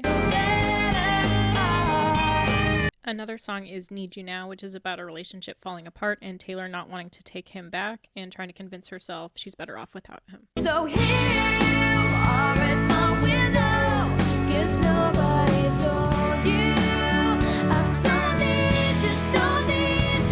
Then there's Just South of Knowing Why, which is about someone running away from their small town and just driving all night long with no plans to return. Would it be a million miles of cold white lines and unfamiliar accent signs that just drive on by, just south of knowing why? And then there's the very beloved Dark Blue Tennessee, which is kind of considered to be Taylor's best, I guess, unreleased song.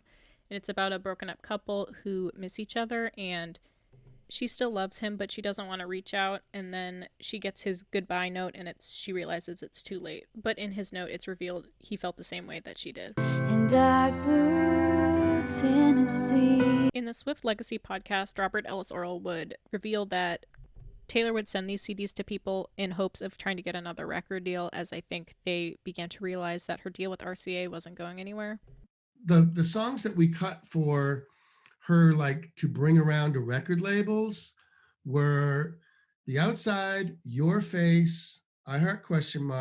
Crazier, Beautiful Eyes, What to Wear, Better Off, Invisible, Just South of Knowing Why, and Need You Now. And then one more, which is I'm Every Woman. I remember somehow that got up on the internet, and Scott called me up and said, Rob, you got to take that down. And I was like, take what down? And he's like, I'm Every Woman. We can't have that up on the internet. I said, why would I put that on the internet? On June 4th, 2004, Taylor would record I Heart ? Your Face, and The Outside. I Heart ? Seems to be a song about a breakup. Interestingly, in one of Taylor's early photo shoots with Andrew Orth, I Heart ? Is actually seen written on her hand.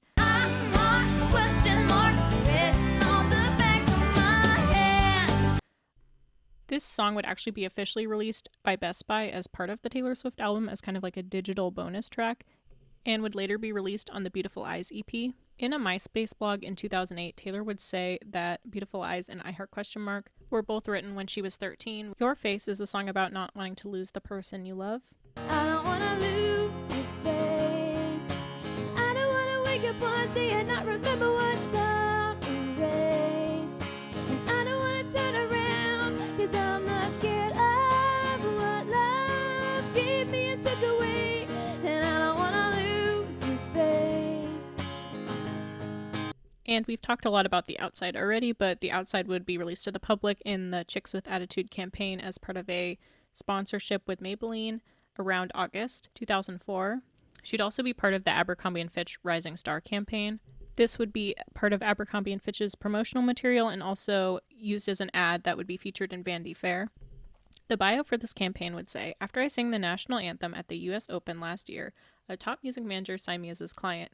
Now I have a record contract with RCA and I'm moving to Nashville with my family. I write all my own songs and my roots aren't country. I love the sound of fiddles and mandolins ringing in my ear and I love the stories you hear in country ballads. I sometimes write about teenage love, but I am presently a 14-year-old without a boyfriend. Sometimes I worry I might be wearing some sort of guy repellent, but then I realize that I'm just discovering who I am as a person. Right now, music is the most important thing in my life, and I want to touch people with my songs." This Abercrombie & Fitch campaign, along with The Outside being featured on the Chicks with Attitude CD, would bring a lot of publicity and press to Taylor's career, finally starting to get recognition and media attention. In the fall of 2004, Taylor would also start freshman year at Hendersonville High School and meet Abigail Anderson, who she would quickly become fast friends with after meeting in her English class. When reflecting on her relationship with Abigail later, she would say, "We kind of came to the conclusion in 9th grade that we were never going to be popular, so we should just stick together and have fun and not take ourselves too seriously. That's why I had so much fun in high school, because I didn't really focus too much on the fact that I wasn't really in the clique." Taylor would say on Oprah a few years later she wanted to be a swimmer and go off on a college scholarship for swimming, and I wanted to be a singer. Now she's off at Kansas on a swimming scholarship and I'm singing. Taylor's manager Dan would also connect with Scott Borchetta, who was the senior VP of promotions and artist development at DreamWorks. On November 2nd, Taylor would come visit him at his DreamWorks office and play some songs for him and invite him to her Bluebird Cafe showcase a couple days later. On November 4th, Taylor would also be featured on Good Morning America as part of a American Nashville Dream segment. You first met her in 2004 here on GMA. It's just like this little cute song, and I was like so in love with it.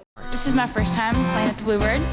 At her first performance at the Bluebird Cafe, Taylor would sing Songs About You, written by Taylor Swift, Sarah Buxton, and Victoria Shaw, which is about a relationship going wrong and not wanting to think about the person anymore, so she keeps writing songs about them to remind herself why she shouldn't take him back. I'll keep writing songs about you.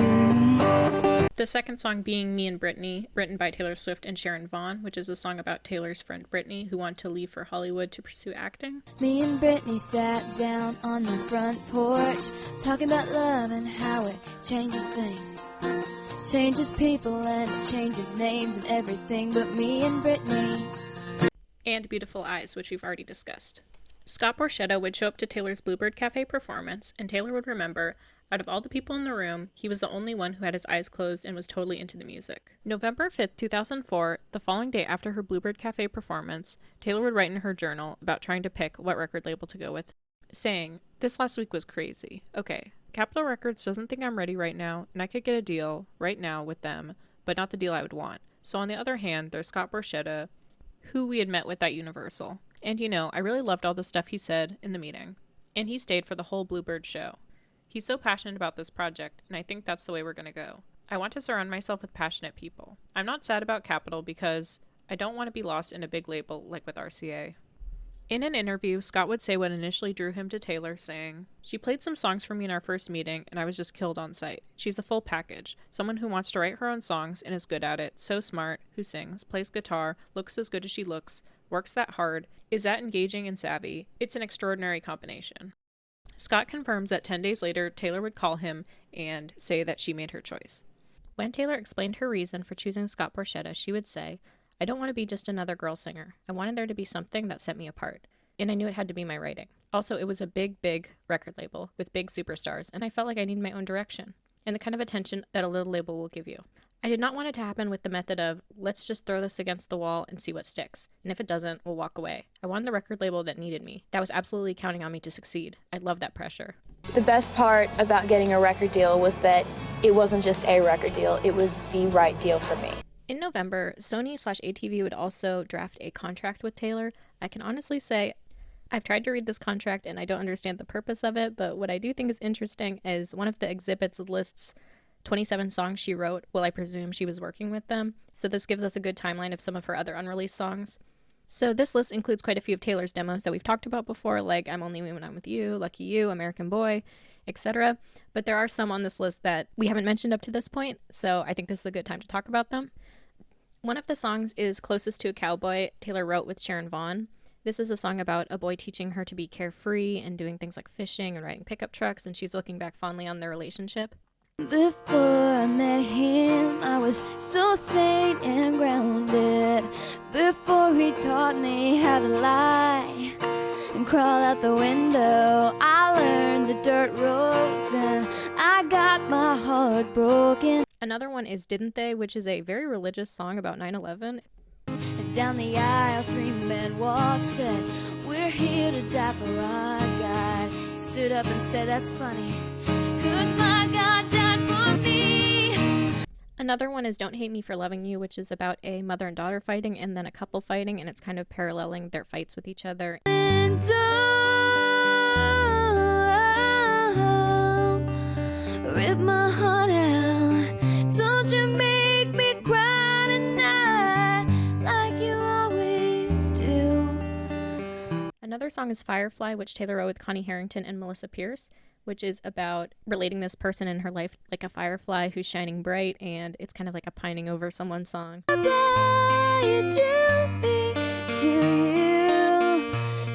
beauty shines and lights up the sky, and you don't know it, do you? Another is Being With My Baby, which Taylor would write with Brett Beavers, which is about carefree young love and feeling the best being with her baby. Life's so sweet right here. Keeping it young and crazy.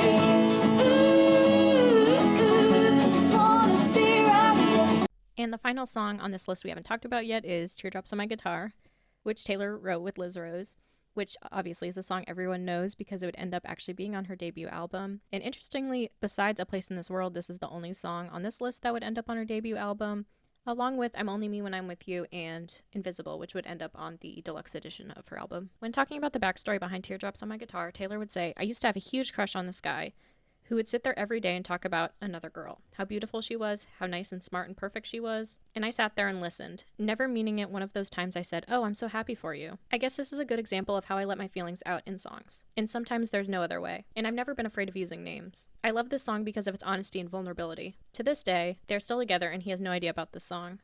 But I did write it about a guy who sat next to me in class, and I had a huge crush on him, and he didn't know. And so every single day he would come in and he would talk to me about his girlfriend. So every single day I had to hear, "Oh my God, she's so pretty. She's so awesome. Oh my God, we have such a fun time together. She's so blah, blah, blah."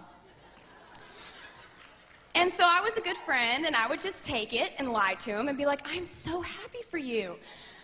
And I never told him that I liked him, but I did write a song with his name in it. And considering this is the new single, I'm guessing the secret's out. I bet she's beautiful, that girl he talks about, and she's got everything that I have to live without. Interestingly, in an early demo of this song, Taylor would not actually say Drew, she would say you. Drew looks. And I've seen a rumor going around for a long time that this song was pitched to the Dixie Chicks, but they ultimately passed on it because they felt like it was too juvenile. I couldn't find any direct quotes or sources about this, but this is a pretty widely circulated rumor in the Taylor Swift fandom, so I am inclined to believe it's true, but I don't know where the origin of that information came from. So we're going to finish 2004 by talking about Taylor's demo CDs from this year. One is I Don't Want to Lose Your Face and I Heart Question Mark, which we know from Robert Ellis Oral that she recorded in June. There's also this other demo with 11 songs from 2004, which includes Angelina, Beautiful Eyes, and What to Wear, which we've talked about. And the remainder of the songs on this demo are songs that never leaked: Go Slow, Someone Loves You Today, You, and Your Picture. Although we do know Someone Loves You is a song that Taylor wrote on Valentine's Day, according to the Lover Journal. And using the Wayback Machine, we know Taylor posted the song on our website, although I've never been able to find it, but I'm sure some OG Swifties out there have it, so please post it online. So I'm going to also talk about a couple songs that are probably from 2004 or earlier, but because they've never been mentioned, and I think the only reason we know these songs exist is because they've been leaked, we don't really know where they fit in the timeline. But one is I Wished on a Plane, written by Taylor Swift and Luke Lair, which is her doing common superstitious things like wishing on a star and throwing pennies in the fountain, but realizing that none of it was true, and she's like looking for an explanation, like maybe the star I wished on was actually a plane, which is the title of the song. I guess I wished on a plane I thought was a star. Guess what you wrote on paper wasn't written in your heart. Thinking About You is a song written by Taylor, Liz Rose, and Cheryl Wright, which is a song about her not being able to control herself because she's so in love with her crush and she can't stop thinking about him. Like she's walking into things and getting lost while driving around. Can't walk straight, I can't talk straight, I can't think about anything but the way it should be, and it could be. Perfect Have I Loved is a song written by Taylor and Liz Rose, which is about Taylor reminiscing over an old relationship, feeling like it was perfect even if it wasn't meant to be. That was all we knew, and faith was growing on the vine. Words were all we had, and for one summer you were mine. Tell Me is a song written by Taylor and Liz Rose, which is a song about Taylor wanting an explanation to why her lover left her. Could you tell me what should I do? $10 in a Six Pack is written by Taylor, Liz, and Brian Marr, which is a song about a country boy who Taylor's with, and everyone doesn't think that they're good together, and they are betting her that they're not going to stay together. And at the end of the song, she realizes her friends and her mom were right, and they aren't good together. Midnight moon was blazing, baby. I was looking into your eyes. Everything changed when you took me to town. Caught you staring every other girl down. Another song is 13 Blocks, written by Taylor Swift and Scooter Caruso, which is about Taylor lamenting about a fading relationship. And I've been holding on way too long, but not enough minute. I miss you bad, but can't go loving you ain't in it. When I saw this new co-writer, I was curious if they'd written any other songs together, and when I searched the American Society of Composers, Authors, and Publishers, you'll actually see that they did write another song together called Pretty Words, which no one's ever really talked about because it's unleaked, and they actually did release another song that would be released on the Fearless Vault track, You All Over Me, which kind of confirms to me that that song was also written probably around 2005. With You All Over Me being about Taylor trying to move on from an old romantic relationship, but her surroundings make her reminded of her past. I learned that you got burned, held out, held on. God knows too long you wasted time, lost tears, so that I get out of here. I'm going to talk a little bit more about the Fearless Vault tracks later, although I originally didn't want to include anything about the Fearless Vault tracks in this video, but I kind of realized that it's impossible not to talk about them because of the timeline. Another song Taylor would write is called My Cure, which is about her falling head over heels for a new guy. And if you ever need my love, I'm standing at your door. I'll be sick inside. Baby, you would be my cure. Another song is This Is Really Happening, written by Taylor Swift and Blue Sanders, which is kind of a fairy tale romance song, and then it kind of turns into a modern day romance song about finding the perfect love. All those kisses up against your car, for all those wishes on planes we thought were stars, memories like photographs. Another song is Revenge, written by Steve Beauregard, Taylor Swift, and Jeremy Stover. And this is a song about Taylor wanting revenge on a boy who did her wrong. There's a lot of spelling in this song, so if you don't like me, you will not like this song. Picture to Burn is kind of like a spiritual successor to the song because they basically have the same plot.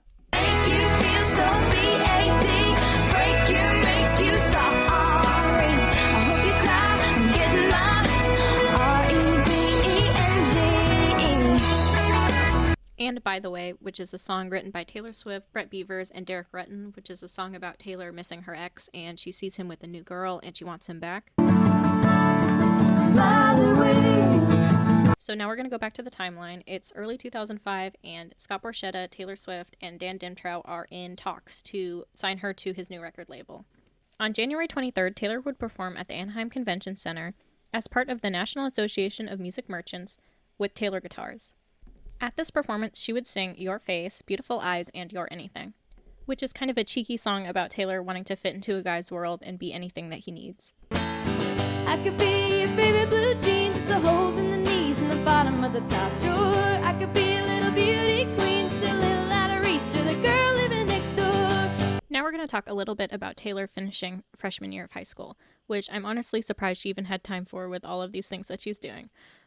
Around this time, she would start dating, and she would say about her first boyfriend, "In school, I hated my hair. My first boyfriend would make subtle suggestions like, 'I love your hair straight. You should do it more often.' So I'd straighten it all the time. Or he'd say, 'You look good with the tan.' So I tanned every day.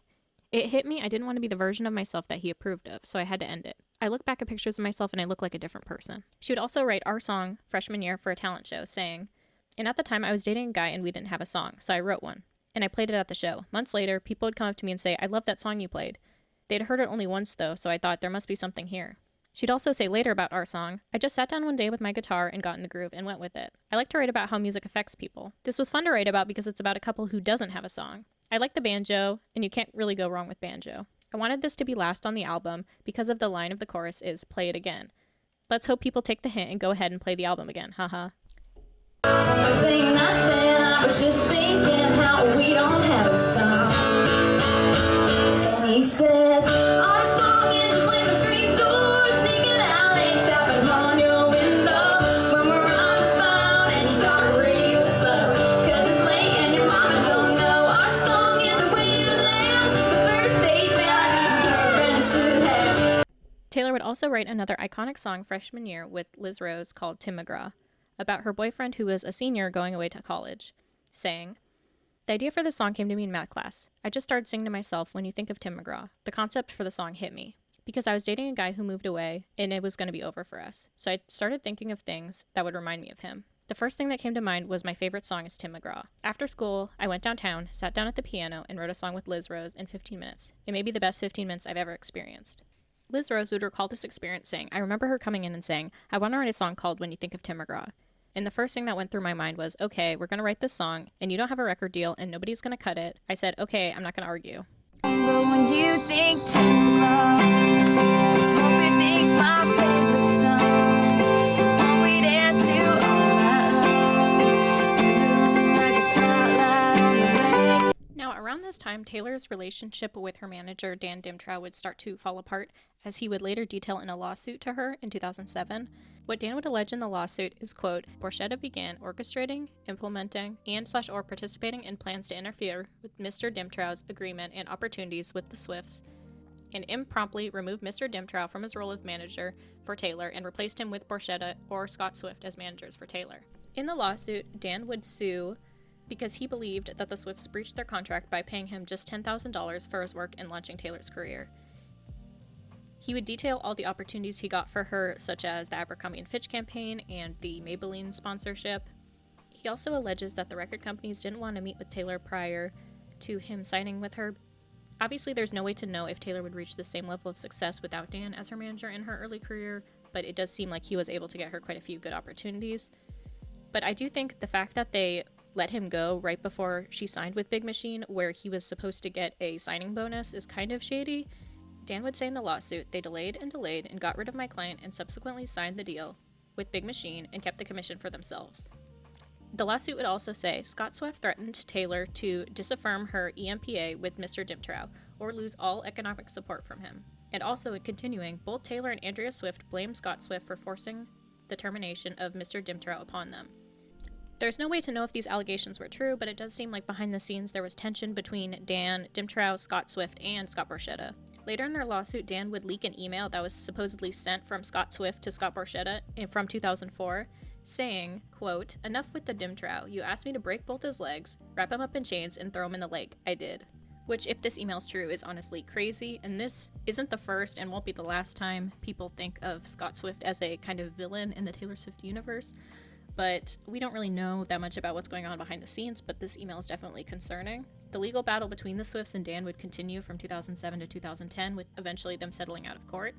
I did a little research on Dan because I'm curious what he did after suing Taylor and if it ruined his career, but he continued to work with Britney Spears until 2006, and later in his career he would be the manager of Avril Lavigne, Fifth Harmony, and Noah Cyrus. In August 2005, there would begin to be some publicity about Taylor joining Big Machine, as Toby Keith and Scott Borchetta were in talks to create a record label together. In an article with Billboard, they detailed that the original plan for the venture was to have an umbrella company with two labels, one being Keith's and one being Scott's. At this point, the Big Machine Records is already mentioned in this article, which means we know it was named by August 2005. In this article, they would say the three artists signed to Big Machine are Jack Ingram, Danielle Peck, and Taylor Swift. Taylor would have an official signing ceremony September 1st with Big Machine, and Scott Swift would purchase 3% stake in the company Big Machine Records. His stake was rumored to be valued between $100,000 and $300,000. After years of hard work and dedication, Taylor would finally get what she'd been looking for, a record deal with this small company that would give her the attention she needed. And with this signing, Taylor was ready to work on her debut album. Taylor would talk about switching producers for her album a bunch of times, but ultimately going back to one of the producers she had already worked with in Nashville, Nathan Chapman, who had actually never recorded an album up until this point and only recorded demos. But Taylor convinced him to join Big Machine Records and produce her first album. Taylor and Nathan would form a close partnership, and they would work together on her first 5 albums. Usually when we go into the studio, all I have to do is sit down with Nathan for about 10 minutes and say, look, this is how I want this to sound, and he just puts it all to life. Throughout all this time, Taylor would still continue going to high school and continue writing songs about her relationships, saying, "I had a double life. During the day, I walked around, talked to people, went to class, studied for tests, and had crushes on boys. Then after school, I would go downtown to Music Row in Nashville, and I would write songs about those experiences." In November 2005, Taylor would join Myspace, which would actually end up being pivotal in her early career, as she used Myspace to promote her music and connect with fans. This is something she would continue to do throughout her career, such as making accounts on platforms like Twitter, then Tumblr, and now TikTok, to connect with her fans. About Myspace, Taylor would say, "It's the best way to figure out what your fans and what your friends and these people that helped you get where you are, what they're going through, and what they want to hear from you, what they're liking, what they're not. My Myspace is something that I made. The background you see on there, I went to a website and copied the code and copy and pasted my About Me section. I uploaded all the pictures, I checked the comments, I'm in charge of everything on that page. It's really important to me, and it's really special to me when someone comes up to me and says, 'I'm your friend on Myspace.'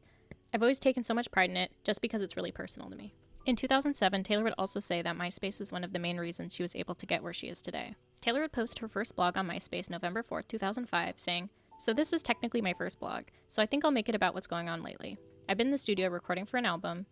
I've been working with a few producers. One of them is Brian Gailmore. He does a lot of Tim McGraw's stuff. The other is Robert Ellis Oral. I've been in the studio with him lately. We tracked all my songs, parentheses, did the instrumentals yesterday, and we're doing vocals today and tomorrow. Sometime next week we'll do backups. After 3 sessions yesterday, me and Scotty Emmerich did a showcase for a bunch of people from the Universal office in LA. It was at Scott Borchetta's house and everything went great. This whole week has been awesome. Really hard work is fun for me. Plus my parents made the mistake of giving me a video camera to take in and document things. So basically I get to harass everyone nonstop for 12 hours. The musicians, the engineers, Rob, the interns, everyone. It was awesome." She'd also continue, "Me and the intern Richard made all these photocopies of our hands and stapled them together, because when I'm bored, I'm so productive." Now I'm going to do a little intermission about Taylor's Myspace, because in her early days of Myspace, she originally made it to connect with her high school classmates. So as you can imagine, there are some crude jokes and occasional swearing and references to underage drinking. Although this isn't too shocking to probably anyone now, there was a time during like the Fearless and Speak Now era where Taylor had a very pure American girl role model image. So the thought of her even swearing would have been extremely shocking to me.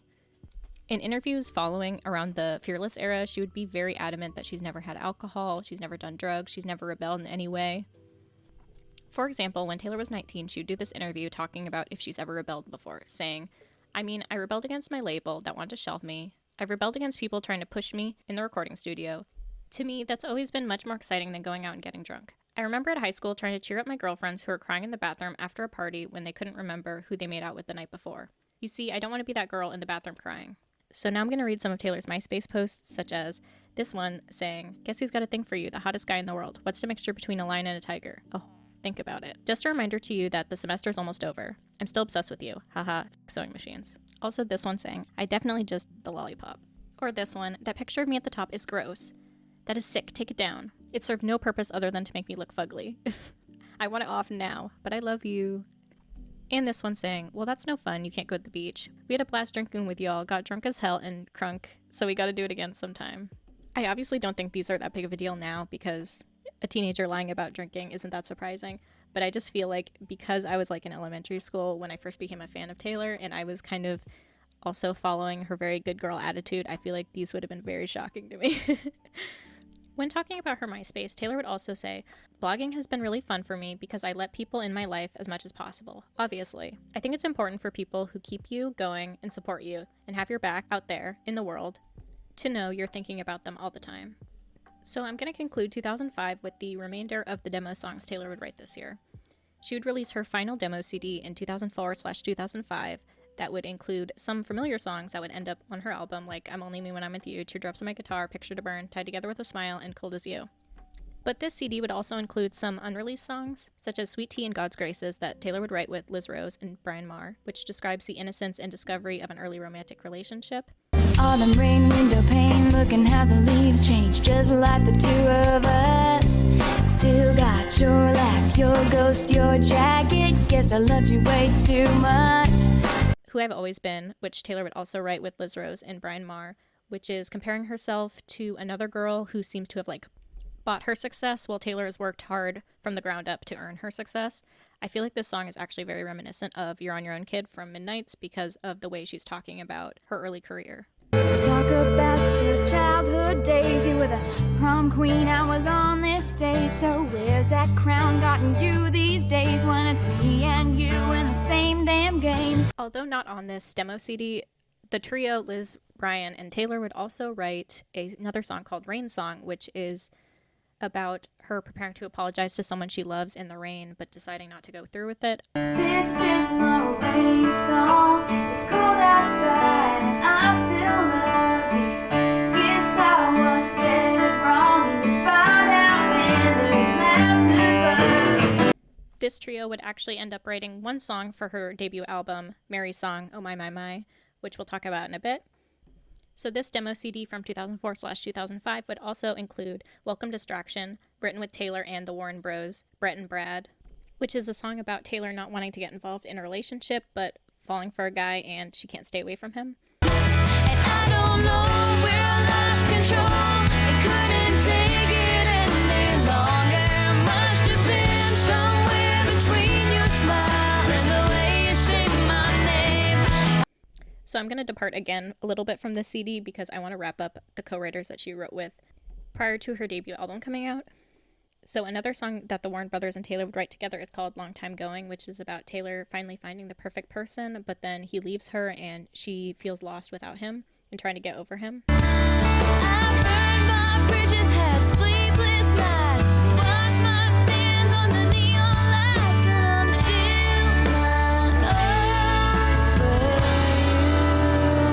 you. Around this time, they would also write one more song together called "That's When," which we know because it would end up being a Fearless vault track, which is about the aftermath of a broken relationship.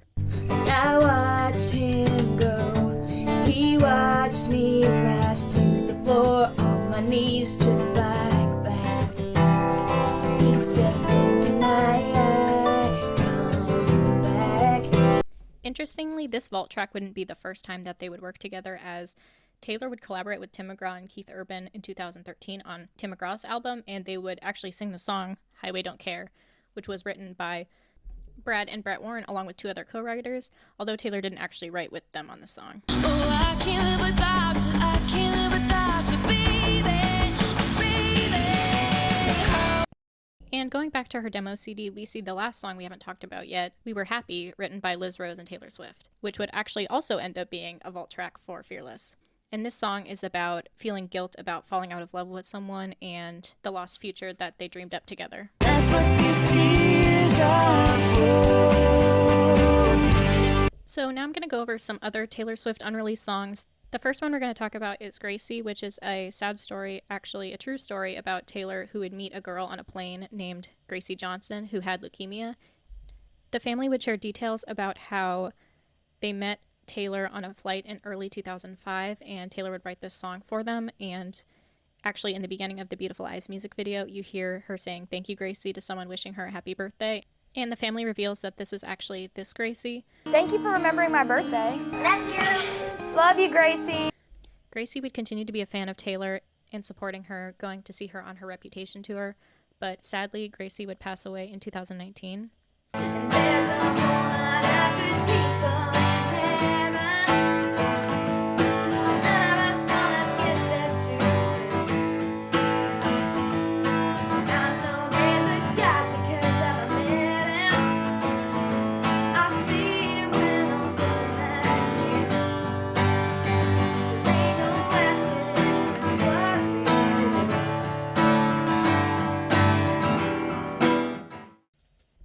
Some other miscellaneous songs that Taylor would write around 2005 to 2006 are Down Came the Rain, written by Taylor Swift and Derek Drutton, which is about her ex dating someone new and she feels left out in the rain. Down came the rain. Wait for Me is another song Taylor wrote about having a crush on someone and hoping they feel the same way about her. Don't you look in my eyes, I might fall in love with a beautiful boy. I wish that I could touch. Another is I Know What I Want, which is about Taylor being a free spirit, and she feels like the guy who's hitting on her, trying to hook up with her, is very conceited.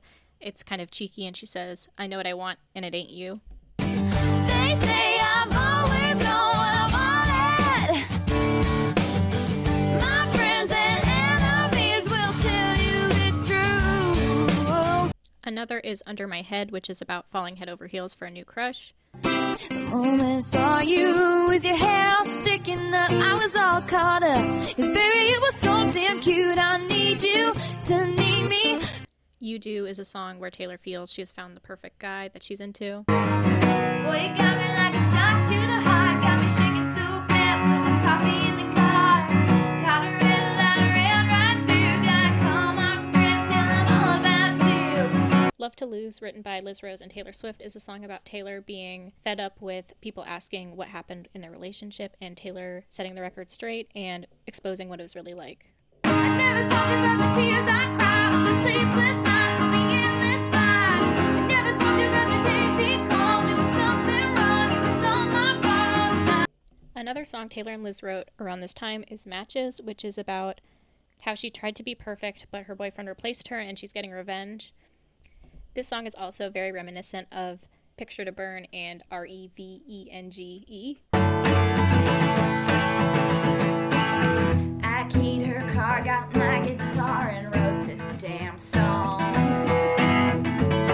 Another song is Brought Up That Way, written by Taylor Swift and Tommy Hyler, which is a song about a father-daughter relationship and them getting along after the husband is widowed and he's protecting her from bullies and protecting her from her boyfriend pressuring her. And then at the end of the song, she gets into a car crash and almost dies. And then the big twist at the end is she opens her eyes. I think this song is kind of weird, but I feel bad saying anything kind of negative about the unreleased songs because every time I read the comments of one of the audios of the unreleased songs, people are like, "This is the most beautiful song I've ever heard" and stuff. And I'm like, I didn't bring you up so he could wear you down. Take that innocent heart and turn it inside out. Last, we're going to talk about some songs that were registered in the American Society of Composers, Authors, and Publishers.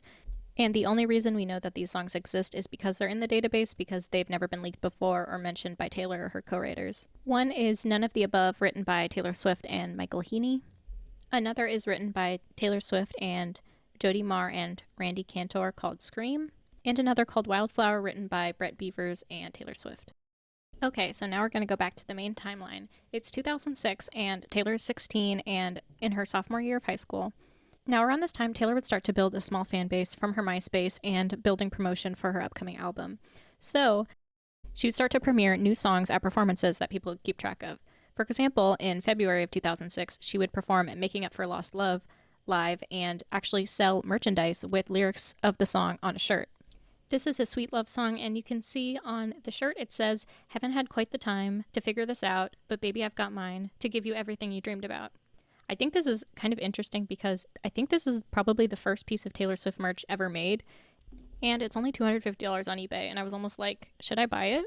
Because the merch that she's currently selling in her tour is basically being sold for this amount, and this is a piece of Taylor Swift history. All of the days that I couldn't get it right have all disappeared, lying here by your side with your dirty blue jeans and my crooked smile. So in early 2006, Big Machine would start to do more promo with Taylor, and Scott Borchetta would say about this time, about signing a 15-year-old, "People laughed at me. They said, you're starting a record label and you signed a 15-year-old country singer? Good for you. You have a teenager? There's a lot of those on country radio. You have a new female artist? There's a lot of those on country radio. They looked at me like I had 2 strikes."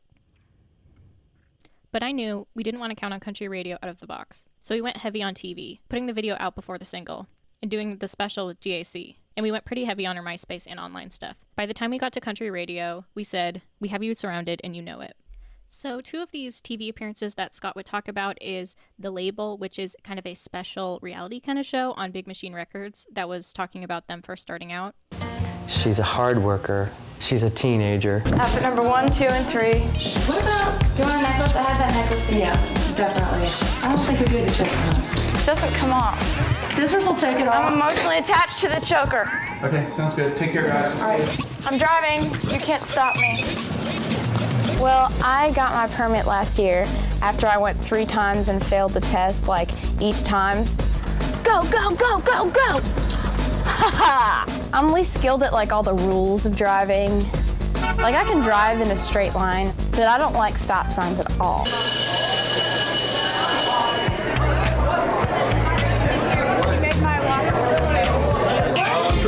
I just got my report card back and I had straight A's. I'm really happy. Chris, my dad said that he's really impressed with your music. He wanted me to tell you that. Really? We listened to your He said you sound like you're like 25. The song that would be prominently featured in Taylor's section of this video would be Till Brad Pitt Comes Along, which was written by Taylor Swift, Amy Mayo, and Chris Lindsay.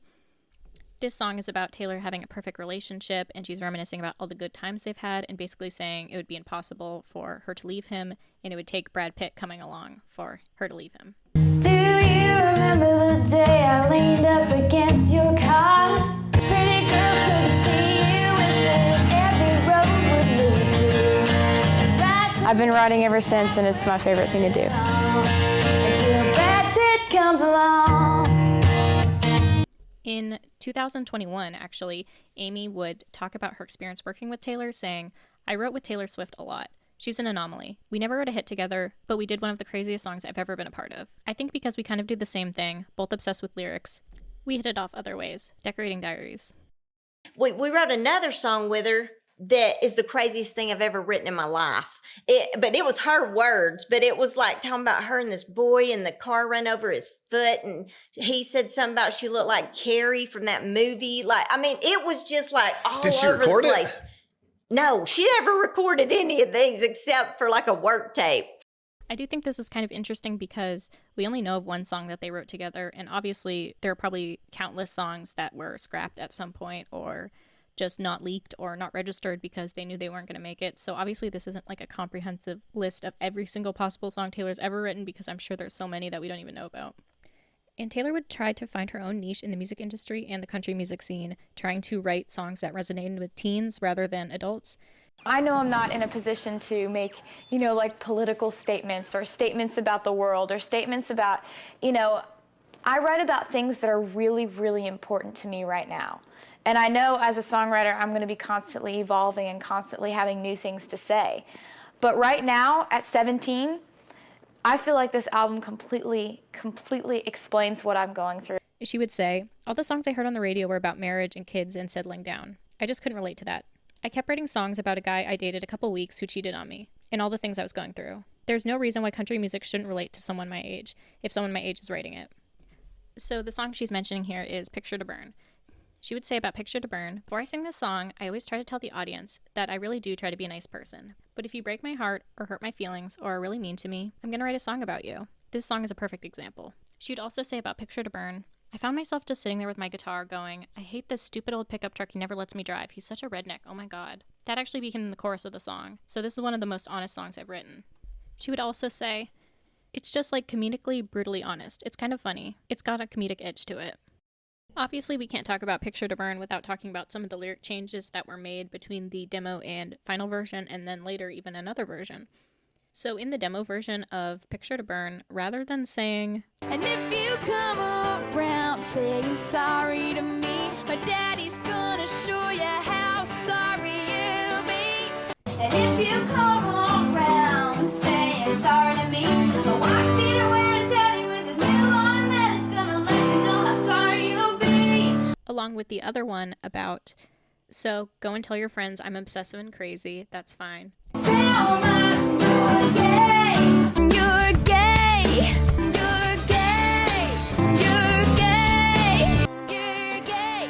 Which would later be changed to, "That's fine. You won't mind if I say, by the way," and then go into the chorus. I think there's a lot of confusion actually about when this lyric was changed, because I think a lot of people actually think it was changed before the album came out, which isn't true. And I've actually seen a lot of people online defending this version, and I think if we look at it from the lens today, it doesn't really seem that homophobic because you're thinking of it like he tells his friends that she's obsessive and crazy, so they won't date her, and she's telling her friends that he's gay, so her friends won't date him. But I think when we look back kind of to the culture of 2005 and 2006, it actually is homophobic, which I feel like people don't want to admit, because that's when, like... Well, say that something's gay when you mean it's bad. It's insulting. "You're gay" was used as an insult, and like in the song she's obviously saying that to embarrass him and like demean him the same way he's demeaning her by saying she's obsessive and crazy.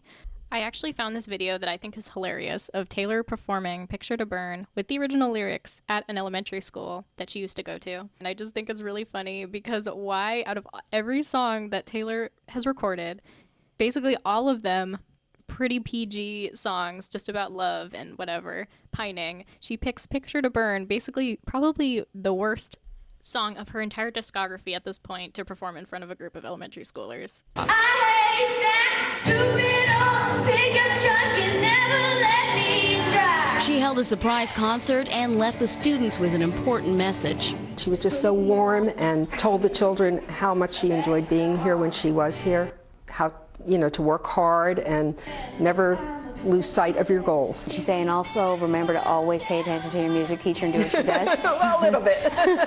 Anne-Marie Green, CBS 3 Eyewitness News. I'm so curious if any of these kids remember this performance or what they think of it.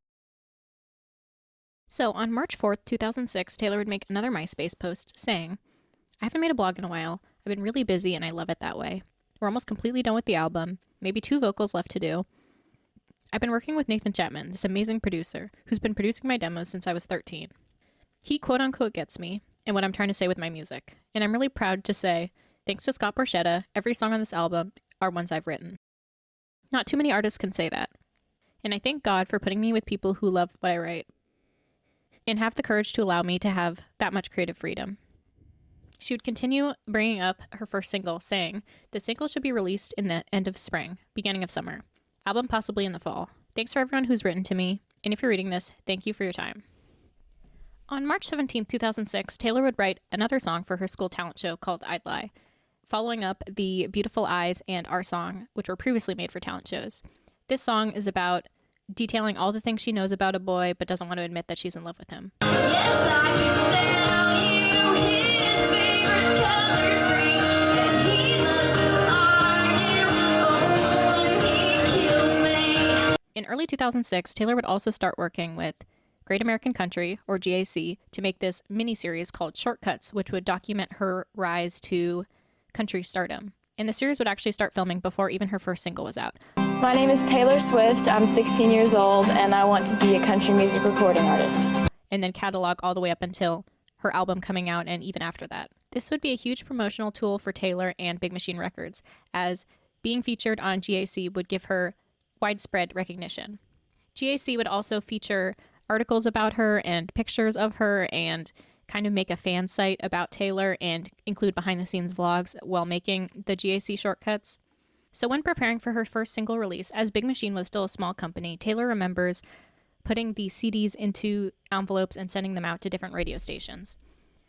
On June 3rd, 2006, Taylor would write in her journal about how she heard Tim McGraw on the radio. And she would say she answered 100 emails on MySpace, then her friends called and said they heard Tim McGraw on the radio, and she couldn't believe it. She would say, "I'm so excited. This is such an unbelievable life. I'm so happy. God, I'm so lucky to be doing this. I really just hope things keep going great. Oh my God, this is what I've been waiting for." Tim McGraw would debut number 86 on the Billboard Hot 100s and spend 17 weeks on the charts, peaking at number 40. It would also debut on the country charts at number 60 and peaking at 10. Releasing Tim McGraw as a single would start Taylor's meteoric rise. In the same month of releasing Tim McGraw, Taylor would perform at the Country Music Association Fest in Nashville, Tennessee, performing our song in Tim McGraw. She would talk about the song being her first performance with a full live band. Taylor and Andrea would spend most of 2006 going on a radio tour. She would say, "Radio tours for most artists last 6 weeks. Mine lasted 6 months. That's because I wanted to. I want to meet every single one of the people that helped me out." She would say on her MySpace, "So I've been on tour for the past few months, which might explain why I've been a little slow returning to emails. I'm so sorry about that. I will get to every one. I promise. I've been having so much fun on tour. On radio tour and doing shows for whichever station calls and needing someone to play. I have a little posse now, Emily and Todd. Emily's my fiddle player. She's 21 and absolutely adorable. It's awesome. After every show, there's always a little group of people wanting her autograph. She's that good. We like to be absolutely stupid and take pictures reflecting just that. Then there's Todd, my guitar player. He's great, does great harmonies, and is hilarious. So we have fun doing various radio shows, doing semi-acoustic shows. I'm so excited. And I'm going to LA next week to play at Whiskey Go-Go. It's legendary. We're all thrilled." At Whiskey Go-Go, Taylor would perform our song, Tim McGraw, Permanent Marker, and I'd Lie. Right now, you want to hear some Taylor Swift? You're in the right place. And she would ask the audience to call KZLA and request them to play Tim McGraw. This is likely around the time that she would write Permanent Marker. She would write it with Nick Brophy and Jennifer Hansen, which is a kind of revenge song about her current partner's ex-girlfriend. This is a song that's going to be on my album that'll come out next year. It's called Permanent Marker, and girls, it's about when you got that boyfriend and he's got that ex-girlfriend and she doesn't know she's an ex-girlfriend. This one's called Permanent Marker.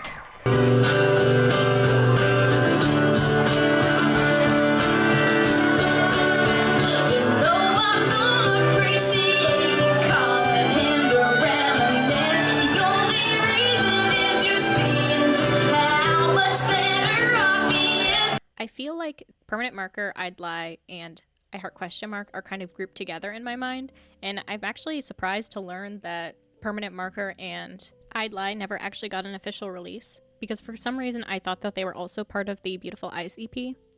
Throughout August, Taylor would begin to be much more active on MySpace, preparing for her upcoming album release. On August 4th, she would say, "I love all the girls who have my song on their MySpace. I love the people that come to my show and put the picture on here. I love the people that sing along with me. I love reading the stories in your emails. Some of them are so touching it gives me chills. I love every single person who won my autograph. Because for the life of me, I never really thought it would mean something to someone for me to write my name down. I love all the little girls who stand in line with their mothers like I used to do. That was me. I love the couple who danced to my song at their wedding. Every comment, letter, message. I love the people who listen on the radio. I love every single person who's reading this, because you let me into your life." On August 12th, she would also write another blog post saying, "So for the past couple days, I've been in the studio finishing my album. Oh yeah, I said it, finishing it. That means it's done. At least my part is. I've sung every vocal. They still need to mix and master it and do all the technical stuff that I will never understand, haha. So I'm particularly excited about the new song we record for the album. I've written every single song on this album, and this is no exception. But the funny thing is, I wrote it in about 20 minutes before we recorded it. It kind of fell out of my mouth, and now it's on my CD player, haha. It's called Shoulda Said No. It's about being cheated on. Dun dun dun. I can't wait for you to hear it. Another song I did vocals for is called Oh My My My. I played it for a few acoustic on-air interviews and at shows, so you might be familiar with it.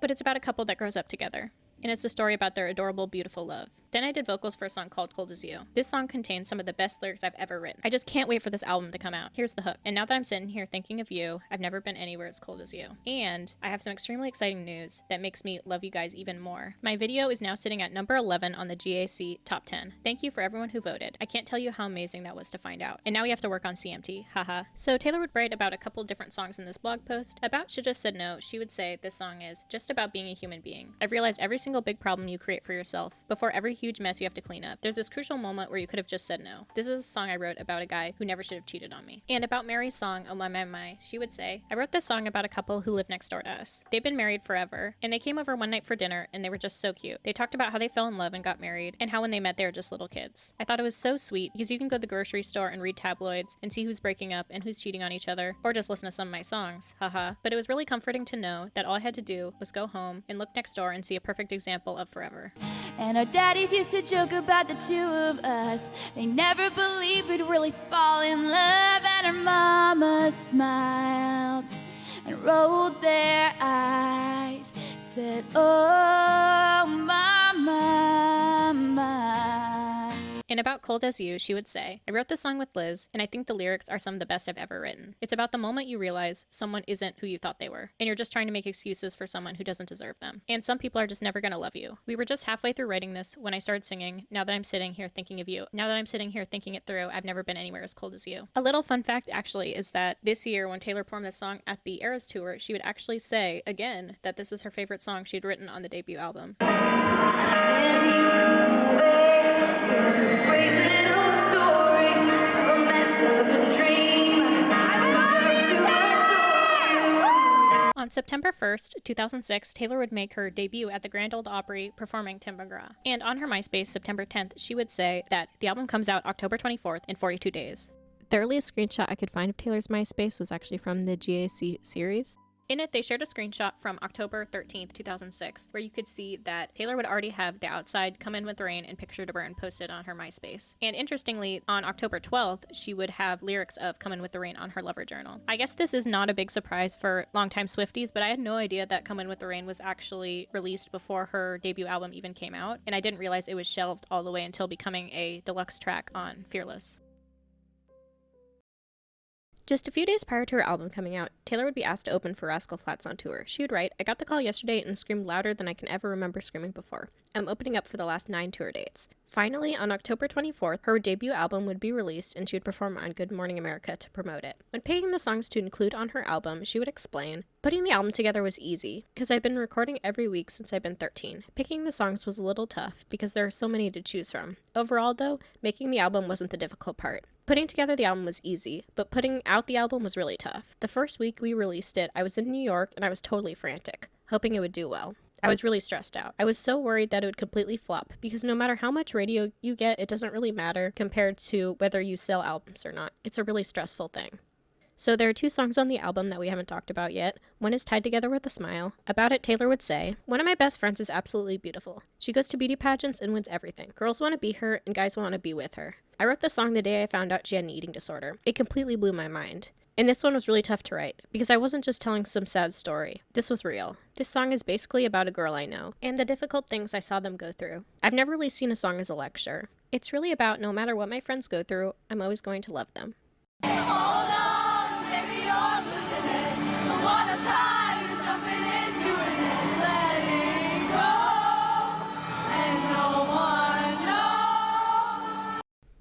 And about Stay Beautiful, she would say, after hearing my songs, a lot of people ask me, how many boyfriends have you had? And I always tell them that more of my songs come from observations than actual experiences. In other words, you don't have to date someone to write a song about them. This is a song I wrote about a guy I never dated. Wow, right? This song is about a guy I thought was cute, and I never really talked to him much. But there was something about him that inspired this song, just watching him. A lot of people ask me, what's the story behind this? Who was this guy? Who is Corey? Well, I'll tell you. I'll explain to you the exact inspiration for this song, exactly how I was inspired to write it. I was standing in the hallway at school, and this guy walks past, and I'm like, wow, he's really hot. And so I went home and I wrote a song about it.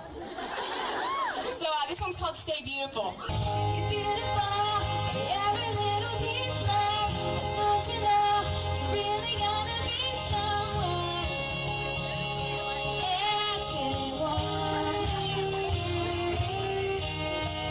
liner notes for Taylor's debut album, she would say, I love yous. I love you, family. Dad, because you're my biggest fan, and I'll never get tired of the way you smile when I pick up the guitar and play. Mom, for being my best friend and most trusted companion, even in times when you were my only friend. That was just fine. Austin, my little brother, for being more brave than I could ever hope to be. My Aunt Allison, for being such a beautiful person. My aunts, uncles, cousins, relatives, even the ones I don't know I have, for making Thanksgiving something someone should write a book about. I love my mom and dad's friends, who have been unbelievably supportive and unbelievably loud at my shows. I love my friends, Abigail. I love you because you're my best friend in the entire world. Can't wait to room together when we're 65 and wrinkly and living in Minnesota. I love you, Allie, Kelsey, Catherine, Jeff, Clay, and all my awesome friends in Hendersonville. Brittany Mack for being my first friend. I miss you. I love everyone who helped me put this album together. Scott Borchetta for believing in me and actually doing something about it. Shake and Bake Radio Man. This is how we roll. Nathan Chapman, because he is the most amazing, red-headed, freckle-faced little producer in the world, and I love his beautiful wife, Stephanie. Thanks, Nathan, for gracing me with your first album. Liz Rose, you are my songwriting soulmate and one of my dearest friends. Robert Ellis Laurel, you rock. Nick for breaking my drumsticks on my songs. Tim for playing on my session on your birthday, and everyone else who played this album because you are that good. Chad, thanks for your amazing mullet and engineering skills. I love my record label. Jack Purcell for your Minnesota accent. Andy McCramack for humoring me in my mailbox obsession. Rick Barker because I learned everything about radio in Nevermind, haha. Bobby Young, thanks for taking us shopping. Whitney Sutton, you are organized and I love you for it. Jay-Z because of that adorable laugh nose thing you do. Nancy Johnson for being my girl and being such a genius. Jamie Austin for adding so much spirit to the label. Sandy Spica Borchetta for being creative, brilliant, beautiful, and buying me things to wear. Penny Laza because you're a crazy rock star. Andrew Kotz, if I ever walk into the label and you're not there, I don't know what to do with myself. Cynthia Grimson for your amazingly dry sense of humor. Ray Pronto for putting Big Machine in motion. I love the people who helped me get here. Arthur Bonohara, thank you for signing a 14-year-old to a full writer's publishing deal. I will never forget that. In fact, I love everyone at Sony Publishing. Pat Garrett and Susie Dalton for letting my little 10-year-old self open up for you. Harry Warner for being such a gentleman and having my back at BMI. Frank Bell for being brutally honest about my music from the time I was like 12 and so supportive of my career now. Andrew Orth for 14 years of great photos. Cindy Guinetti for being the most stylish publicist in the world. Jody Williams for listening to my rants about high school and being such a dear friend and musicologist. Henderson High School for supporting me 100%. Bob Taylor and Bob Bourbonis at Taylor Guitars for believing in me and making perfection in the form of guitars. Mike Millen for being a genius and the best lawyer ever. Sarah, Ed, and Jim at GAC for having such a vested interest in me and putting me on TV. CMT, you're awesome. Trey Fanjoy, because you're such a visionary for directing an amazing video. Pete Fisher, you're amazing. Rod Essage for believing in me from the beginning and being so passionate about what you do. I love Tim McGraw for making inspiring music. I love Faith Hill for being the most graceful woman in the world. I love you, Jack Ingram. If at any point in my life I ever amount to be half as cool as you, I will throw myself a party. I love radio because I haven't met one person I don't consider a friend. I love all my MySpace friends for taking such an active role in what I do. I will never forget how you all rallied me from the beginning. I love everyone who's inspired me to write a song, whether you know it or not. I love everyone who's turned up the volume when my song came on the radio. Anyone who has bought this album, anyone who sings along to my songs when I play them live, anyone who's ever requested my songs on the radio, or even remembers my name. If you ever see me in public, I want to meet you. I will thank you myself. You let me into your life, and I will never be able to say thank you enough for that. I love you, and I love God for putting you in my life. Taylor's debut album would also include kind of one of her first Easter eggs. She would say she was inspired by how Beatle records could be played backwards to reveal hidden messages, so she would put capitalized letters in her song lyrics to reveal hidden messages. I encoded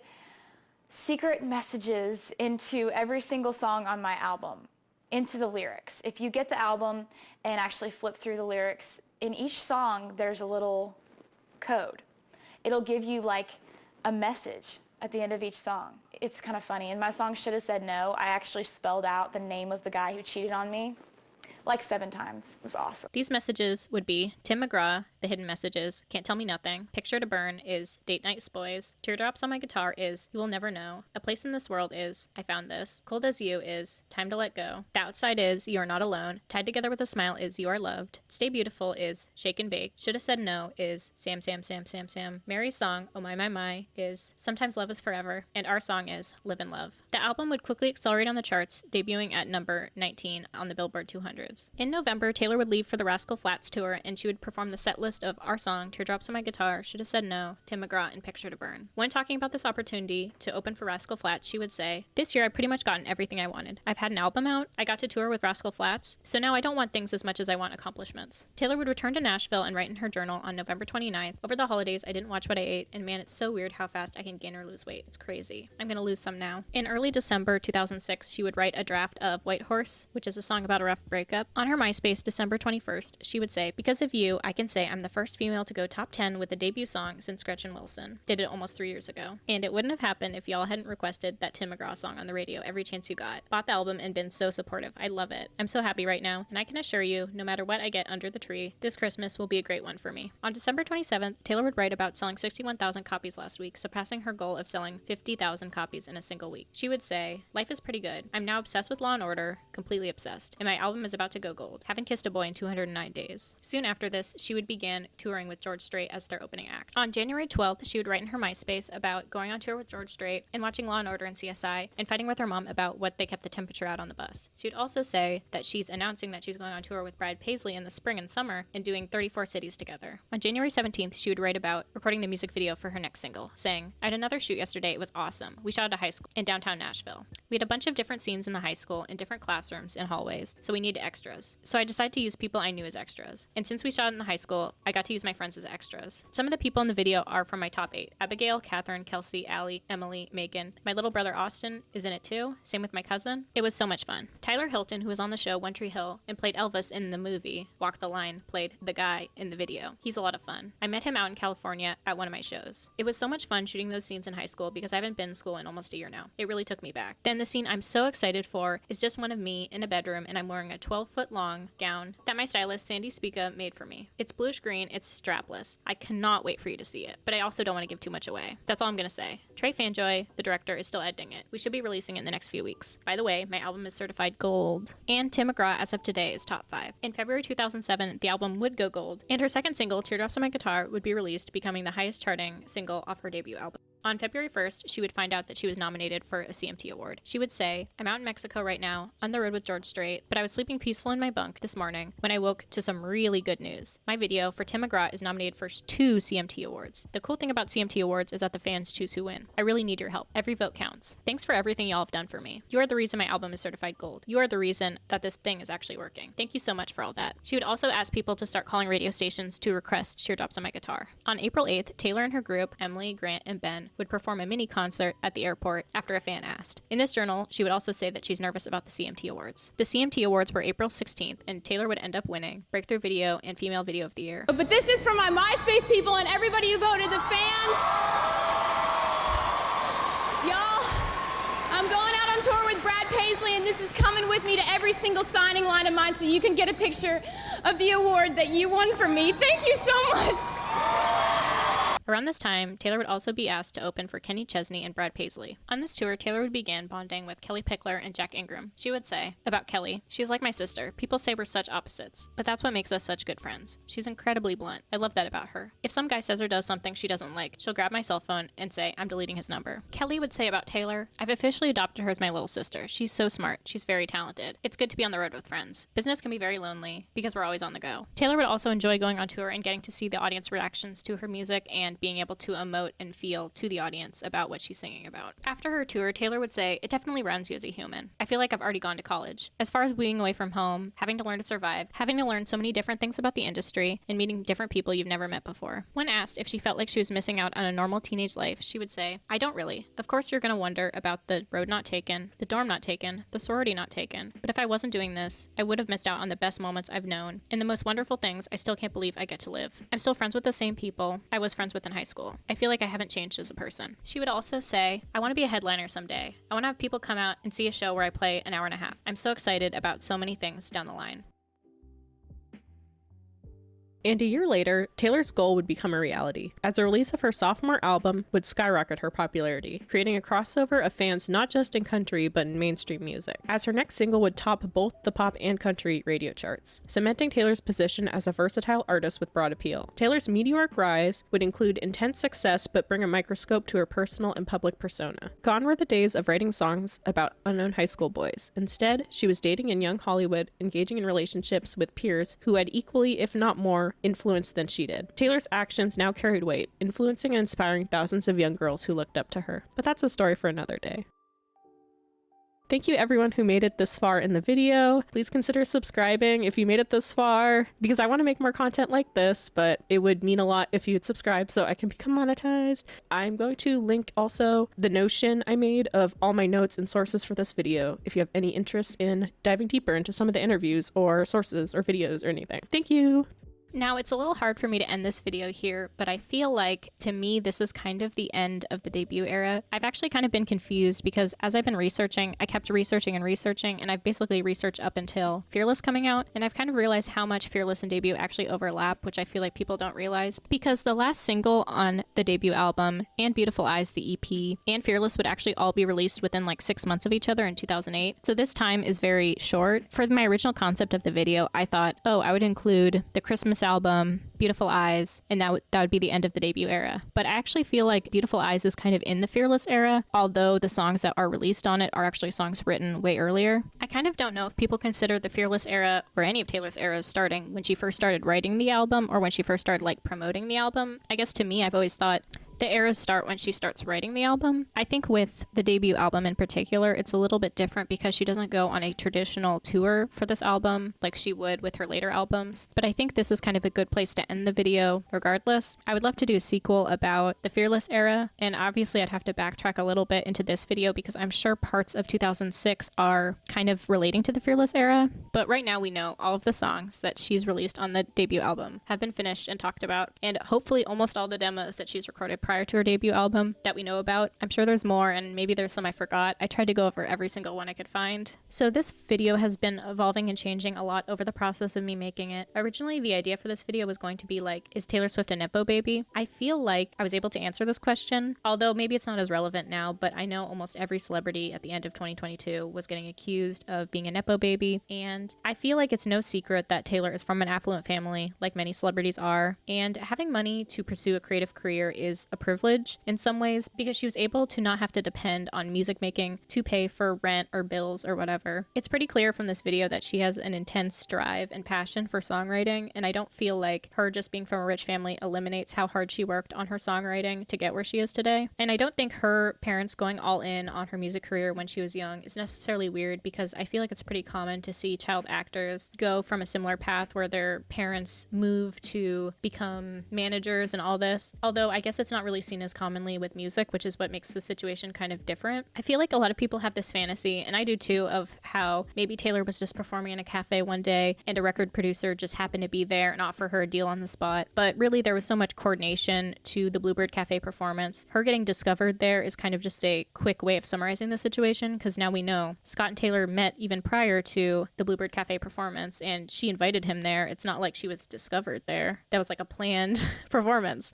Although Taylor definitely did have a hand up being able to devote herself fully to her career as the Swifts were financially stable and Scott was able to relocate to a Merrill Lynch location in Hendersonville so she could get closer to Nashville to pursue her dreams. I have always seen this claim that Scott bought Taylor's career, or like he bought a warehouse full of her CDs, but I feel like the situation's a lot more nuanced than that. You could say Scott bought Taylor's career, but in the way that anyone buys their career, I guess, where you have to pay for managers, pay for publicity, pay for recording demos. I don't think that he would have needed to buy a warehouse full of her CDs to make her debut chart higher. By the time Taylor's debut album came out, she had so much success with her MySpace and the TV specials and the radio marketing. She wouldn't have had to buy a warehouse full of her albums. Even if this album did not debut as much as she hoped, she still had the stability of her family to fall back on because she didn't need to depend on this career for money. So I started doing a deep dive into Taylor's unreleased music earlier this year in March after Need and All the Girls I've Loved Before were leaked. I decided to start making a spreadsheet of Taylor's unreleased music, and I kind of wanted to start finding like when each song was written. I guess I had a little too much time on my hands because I was unemployed at the time, but I started making this whole spreadsheet of all this information and I was like, this is a lot of stuff I actually didn't know about Taylor, even though I've been a fan of her since like Fearless. So that inspired me to kind of want to make a video because I feel like maybe other people would want to know this information and possibly think it's interesting. I also got inspired to make this video after I was watching Cutie Cinderella react to Defunctland and deep dive videos. After she did that, I watched like all of the Defunctland and all of the deep dive videos, and I was just thinking like, it's so cool how niche, especially Defunctland, they talk about these topics that are so niche, but they present them in such an interesting way just by doing so much research on them. And I was like, what's something that I know like tons about that I could make a video about like this? And then I was like, I know a lot about Taylor Swift lore, I guess.